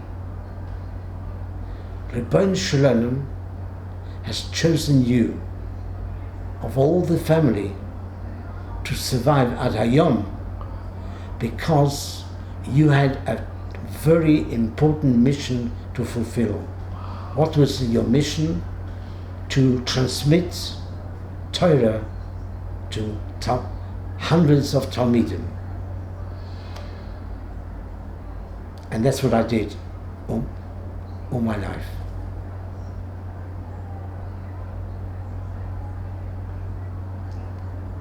Wow. So it's not only what you went through, but you kept your faith all the years. Since I retired in 2009 from teaching, I then went from school to school to speak about my story. And on each occasion, there were questions after I finished relating my story. I always gave them the privilege of asking questions. And on each occasion, whichever school, there was always someone who said to me, please tell us how, in spite of all that you've gone through, number one, that you've remained mentally intact, but number two, how you've not only remained Jewish, but you've remained from Orthodox and a lover of Torah HaKadoshah. A lover of Hashem. So my answer to them was, I know that hundreds gave up their religion. But because I always had love and affection, and I knew that it's Rabbi Shalom who was guiding me all my life, so I stood fast in my emunah. And what I transmit to you as the future generations, two words, emunah and bitachon. These two words have kept me alive and what I am. So to translate it, Emunah is faith, bitachon is hope. hope. Hope. And I would say I always said to the children, you are the future generations. It is up to you to transmit this story to your children and make sure that the past, there are three things: the past, present, and future. Without the past, there's no present. Without the present, there's no future. And as you are the future generation, make sure that this is never, ever forgotten. Alice, you have some pictures. Yes. Do you have a picture of your sister, your dear sister? This is my dear sister. You can see there is a resemblance. You can just Is he well? very well. Okay.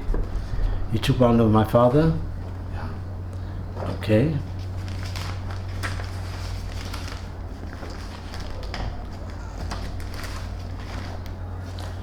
I don't know if you'll be able to see this. This is Sonia and Simcha Rothfeld. Wow. The first photo taken in Poland. This is when you were still in Poland. Still in Poland.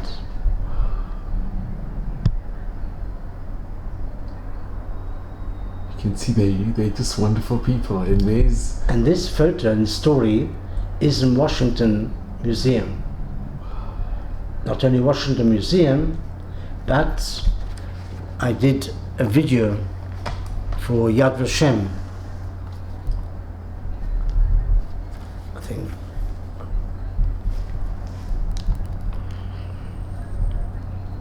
Yes, in 2009, I was in Eretz Israel and trying to trace my family. The lady in charge asked me if I had ever told my story, and I said no. So at that point she said, we'll arrange it that you should tell your story. And this is, so Yad Vashem has my story, and this is a copy, 2.5 hours copy. And this is the son of the Rav in Sosnovich, who advised my father, who now lives in Bnei Brak.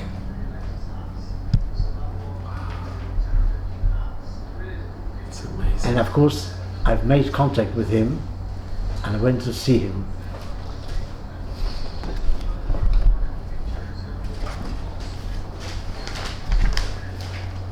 And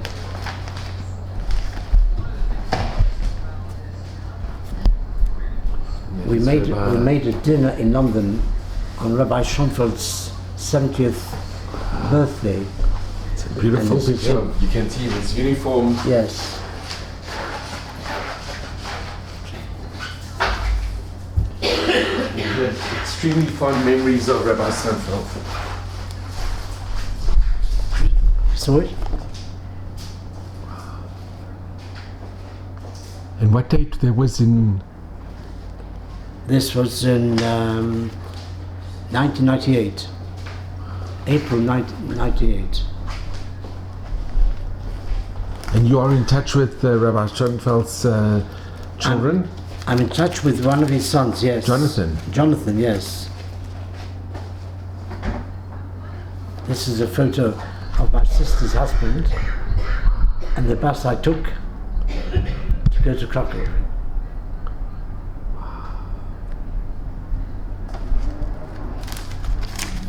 This is on my sister's farm, the first visit that I did.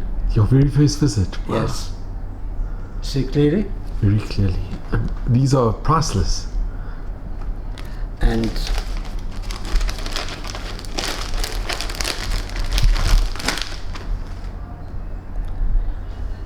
this is on the outside the farm. It's you've got my sister embracing me. You have her daughter and her niece. The young girl is my brother's daughter. Wow. And do you have a picture of your brother?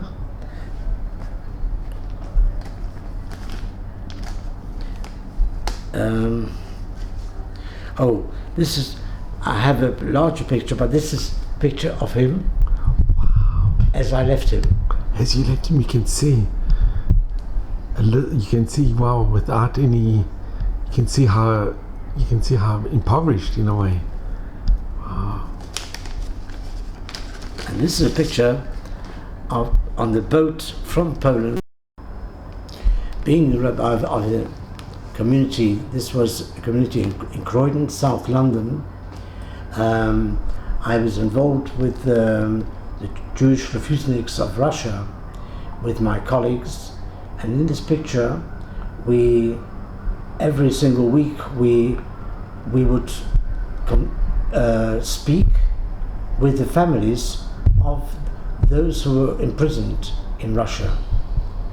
And here, this was Sylvia Silberstein, who was in prison at the time, but we were successful in taking her out.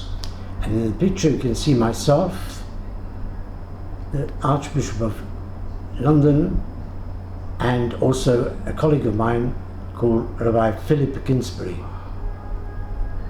It's a very old photo.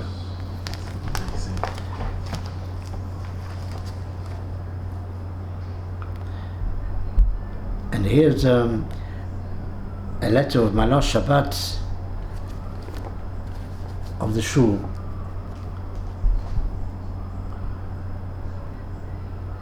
How many years were you a rabbi in? Well, I was in three different shuls. In France.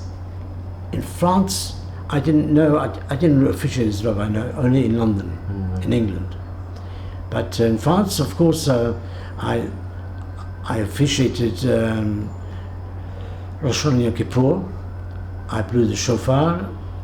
I'm a balkore, and of course, then for a number of years, I also I organized the Ashkenazi minyan for Rosh Hashanah Yom Kippur for many ex-Jewish Polish people who still held fast to the Jewish religion. So I used to do sometimes the whole thing from A to Z on Yom Kippur. But in every shul, in every kehillah that I was, Baruch Hashem, I know that from people who write to me still in contact, that I obviously left a very good impression, which I can say this is all due, of course, with the help of HaKadosh Baruch Hu. And Alice, can I ask, with your brother in Poland, are you still in touch, or is he still alive? No. If I tell you that on my last visit, not even my last visit, the visit before, we were all together in my sister's house. My brother, who was extremely poor,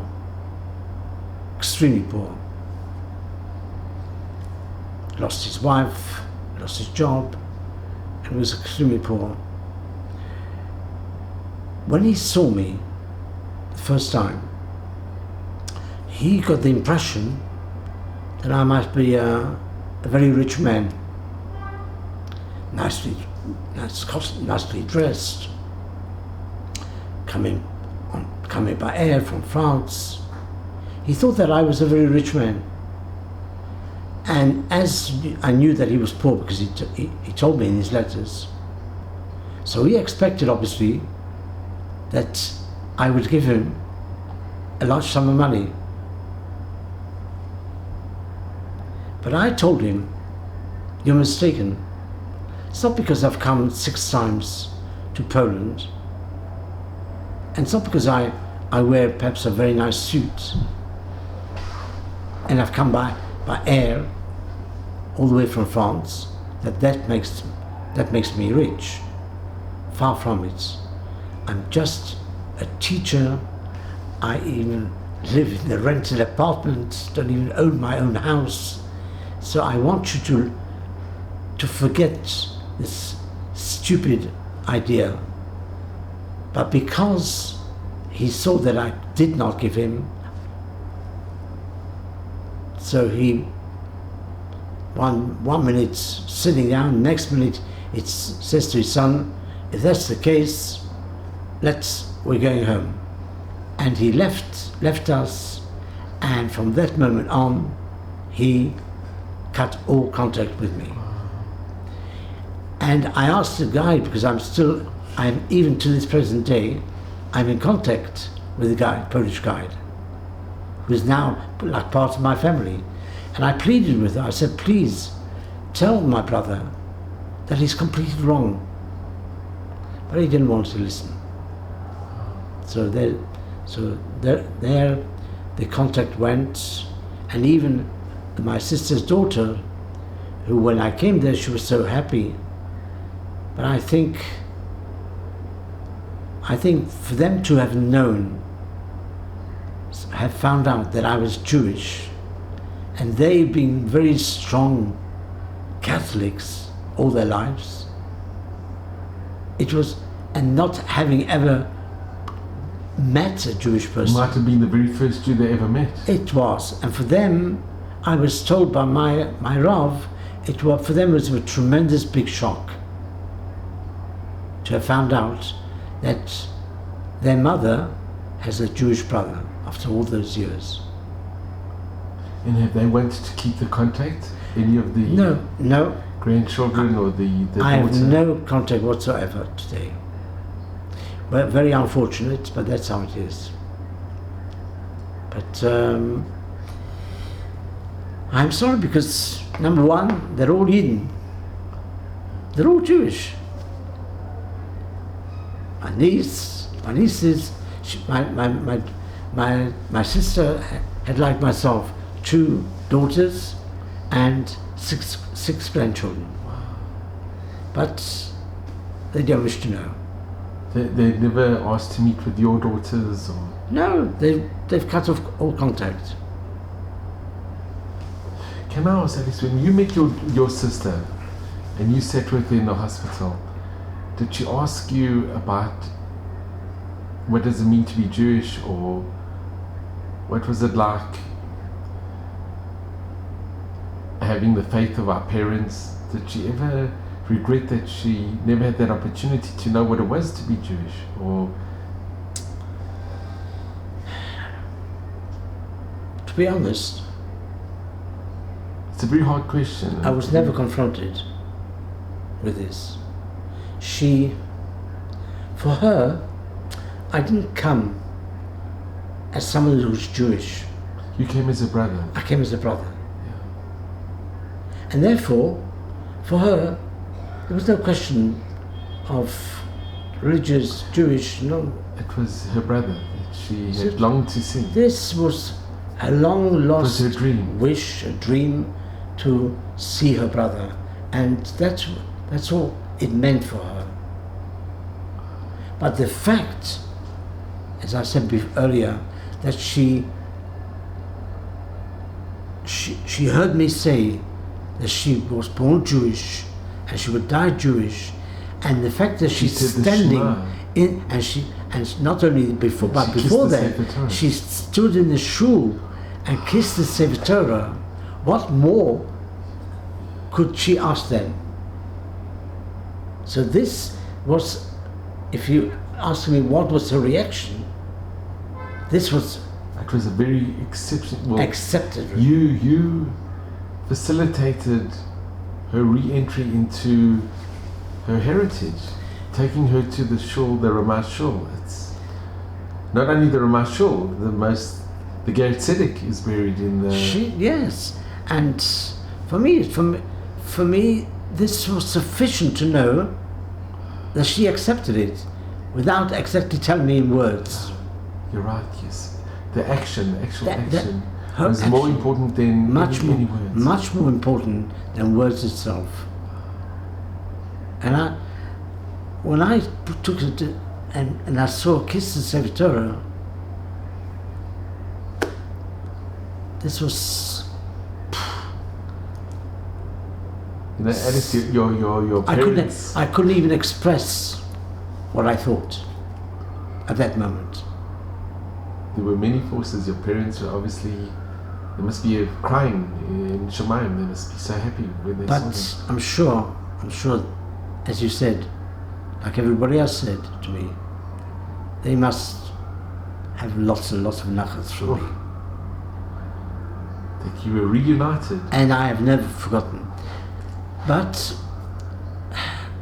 what hurts me most, even to today, is that I cannot trace, because I don't really know, I cannot tell you anything about my parents. No one in the world can, to this day, tell me anything about my parents. And when I try to trace my parents, my family, first question is, what were their names? I don't even know their names. Where did they live? What did your parents do? I cannot answer these questions. Do you know your birth date? Well, how do you know your birth date? Birth date, because I think my father, he gave all the dates to. And he gave the dates to the boy Katarzyna. You know, listening to your it's not only a story. Listening to your journey, listening to your life, just listening to your life. There's one nace after another. You had one malach, one guiding angel after another. Exactly. Hashem hand was in every single stage of your exactly. life. It's unbelievable. And it's like a circle that is being closed to have reunited with your sister. What are the chances that such a thing would happen? It was meant to be. It was meant to be. And I spoke to you about my visit to Lubavitch Rebbe. On my second visit, as I was queuing up like everybody else to receive the dollar, I went with two friends of mine. And my two friends before me, they passed, they got the dollar, and the Rebbe said, when it came to my turn, he held my hand and he looked at me and he remembered who I was. Why? And he gave me the dollar. And of course, I went away.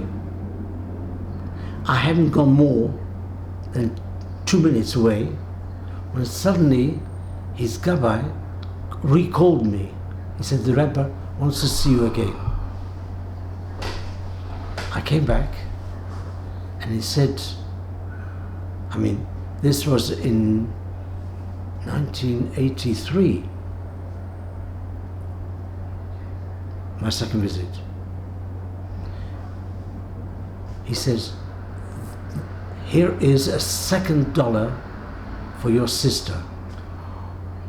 Wow. Can you imagine? I knew nothing about my sister in 1983. I met my sister in 1995. Wow.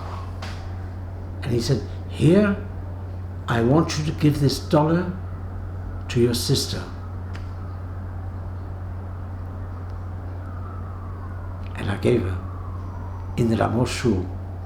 The dollar from the Rabbi? Yes. Is this story known? This is just unbelievable. Well, I've done three, 4 videos. So my stories and my story is here as well. Did you, after the Rabbi said this, did you believe that this would actually happen? That you'd be giving this dollar to your sister? I had not the foggiest idea. Never in my life would I dream. I mean, I said to myself, okay, I think of my sister, but what did the Rabbi talk to me, gives me $1 and he tells me, this is for your sister? Who I've never met. That you didn't even know there was a lie? I didn't know this. I always hoped that she was alive, but I never knew. And in here, you see, I don't know if you know, this is Hamodia. This is in a magazine, Hamodia, and it says at the bottom, I don't know if you can read.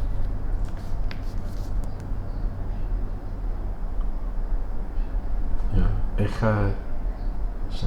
Yeah. Yeah. Or what does it say here? I don't know. I don't want to see.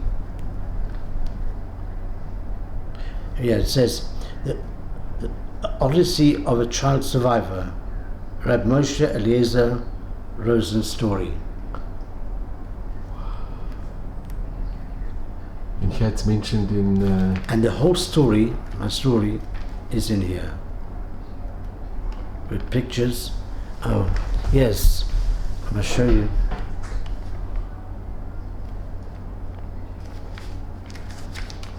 Oh, yeah.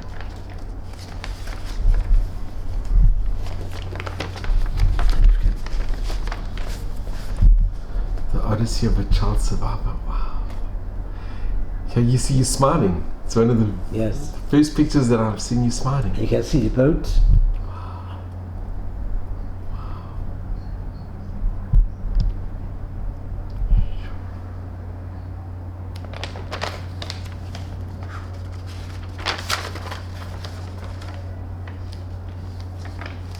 And this is actually the photo of the Rav. This was the very... This was the Rav that basically saved your life. Saved my life. It gave the Eitzah to take to this very poor town, not to have the Brit Milah. Right. What a special Rav. You see, well? And you in touch with his son? Yes.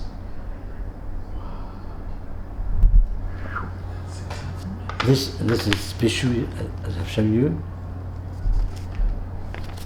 And horse. Do you see my passport? It's just. Wow. Amazing.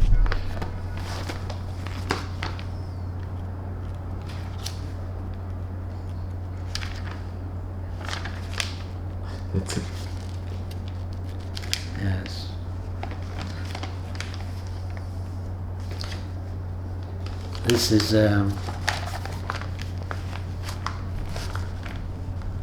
This is Simcha Rothfeld and myself taken in Poland,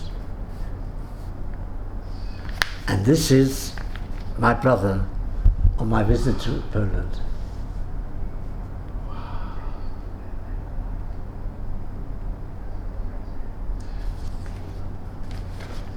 And they have a picture of Rabbi Schonfeld? Pardon? Is there a picture of Rabbi Schonfeld? Yes. Wait a minute. Yeah, here. Rabbi Schonfeld. I have a nice picture.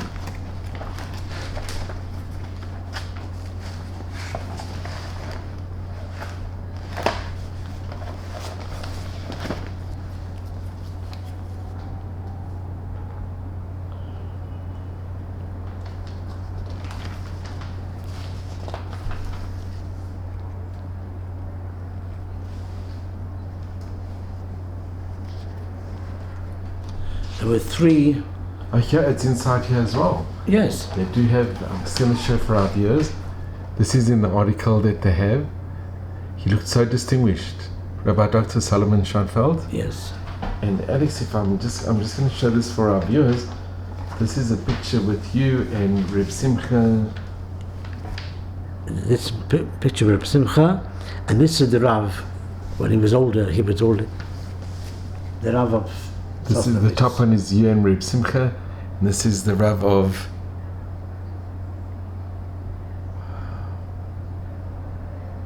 It's amazing. It's the Rav that saved my life. The Rav that saved your life. It's a nice, lovely picture. So he was like a father to you as well? Sure. And inside, this was the brochure for the dinner that we made for him. And inside the brochure, of course, is it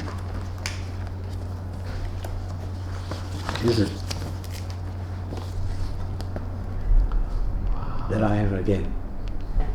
This is the embarkation of your host. Wow.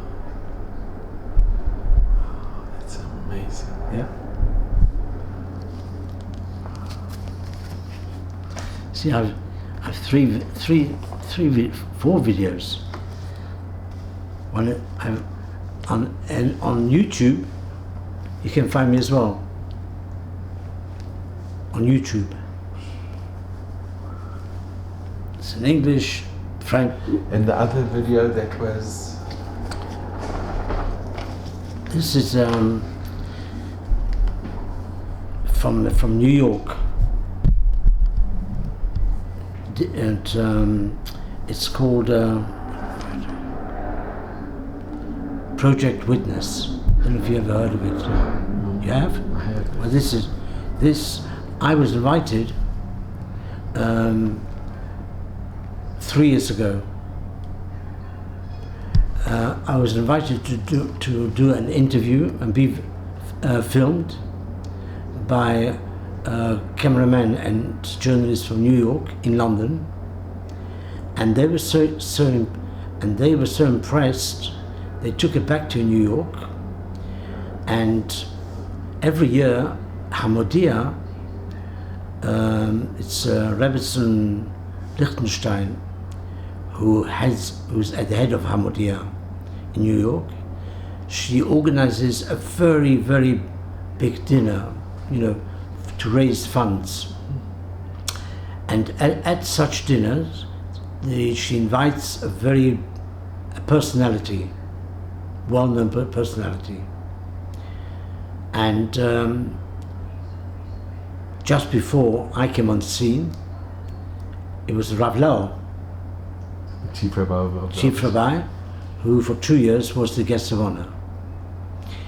When this cameraman, journalist, filmed me, they were so impressed that when they had the committee meeting to decide who they wanted for that particular year as guest of honor, the journalist put my name forward. And I got a phone call from him to say that it was unanimously accepted to invite me as the guest of honor for a week of conferences in New York. And then I received this phone call from Rabbi Lichtenstein from New York, telling me to go to Bnei Brak, to her travel agency, and pick up the tickets with LL, or the American Airways, I think, and for a duration of 8 days. I was met at the airport, New York, very big chassid, with a beautiful car. I was taken to my hotel, very beautiful hotel, and she said to him, "You are his driver for the whole week of his stay, and you should take him to all the best restaurants in New York." And as I have family in the States, he also, because every evening of the 8 days, there was a dinner in a different venue. It started off with New York, I think it was a Flatbush, yeah. And not only that, but she said to me, when she phoned me the first time, each night that you'll be speaking to at least between 800 and 1,000 people who come to these dinners. But it's true. I'm used to public speaking, so Being a rabbi, being Yeah. a head of the community. I've always been in the public eye since the age of 15. I became a madrich b'nei Akiva, so and then of course being in different communities. So the first night, big dinner, very plush hotel. But the mayor of New York present, other dignitaries, marvelous. And of course, then suddenly I was in front of all these people. We were in different parts of New York. We went to Monsey, we went to Lakewood, and there was for men and women. Of course, with the Mechitza, there's only very few who attended this thing. But this was for me a dream as well. What I've had dreamt to be asked to be the guest of honor in place of Rav Lowe and to speak to 1,000 people. And you related your story. And I related my story. So this little boy that never saw a present in his life, never ate an orange. That's right. But this little boy that kept his emunah all the years. Baruch Hashem. And kept his faith in Hashem. Well, Alex, this has been the most incredible time spent together. I cannot thank you enough. May you just admire Visrim only in nachas and health and all of Hashem's blessings which you so deserve. Amen. You've witnessed things that... Mipicha ad lemala. Absolutely. You've witnessed things that are indescribable. But your emunah is also indescribable. And you are somebody we can all really strive to emulate. You have such chaim, you're so positive. You are unique. You really, and your story is unique. Thank you. And I cannot thank you enough. There are no words to describe my appreciation for first of all meeting you and for you giving me your valuable time and relating your... It's my pleasure, and I feel, and I feel that the more I speak, I think it's, for me it's a mission. It's a mission to do this, to make sure that it is well known, it is well kept as history for the future, that let the next generation and the generation after know exactly what people went through, but nevertheless that they stood fast all their lives in Yiddishkeit.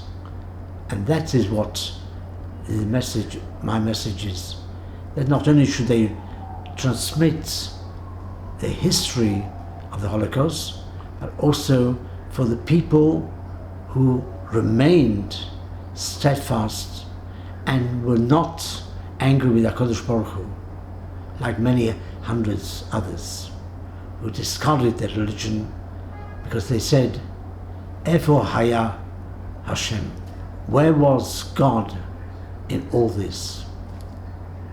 It's a beautiful message, Alex, and... Or as it says in Tehillim, Ayana Elokehem.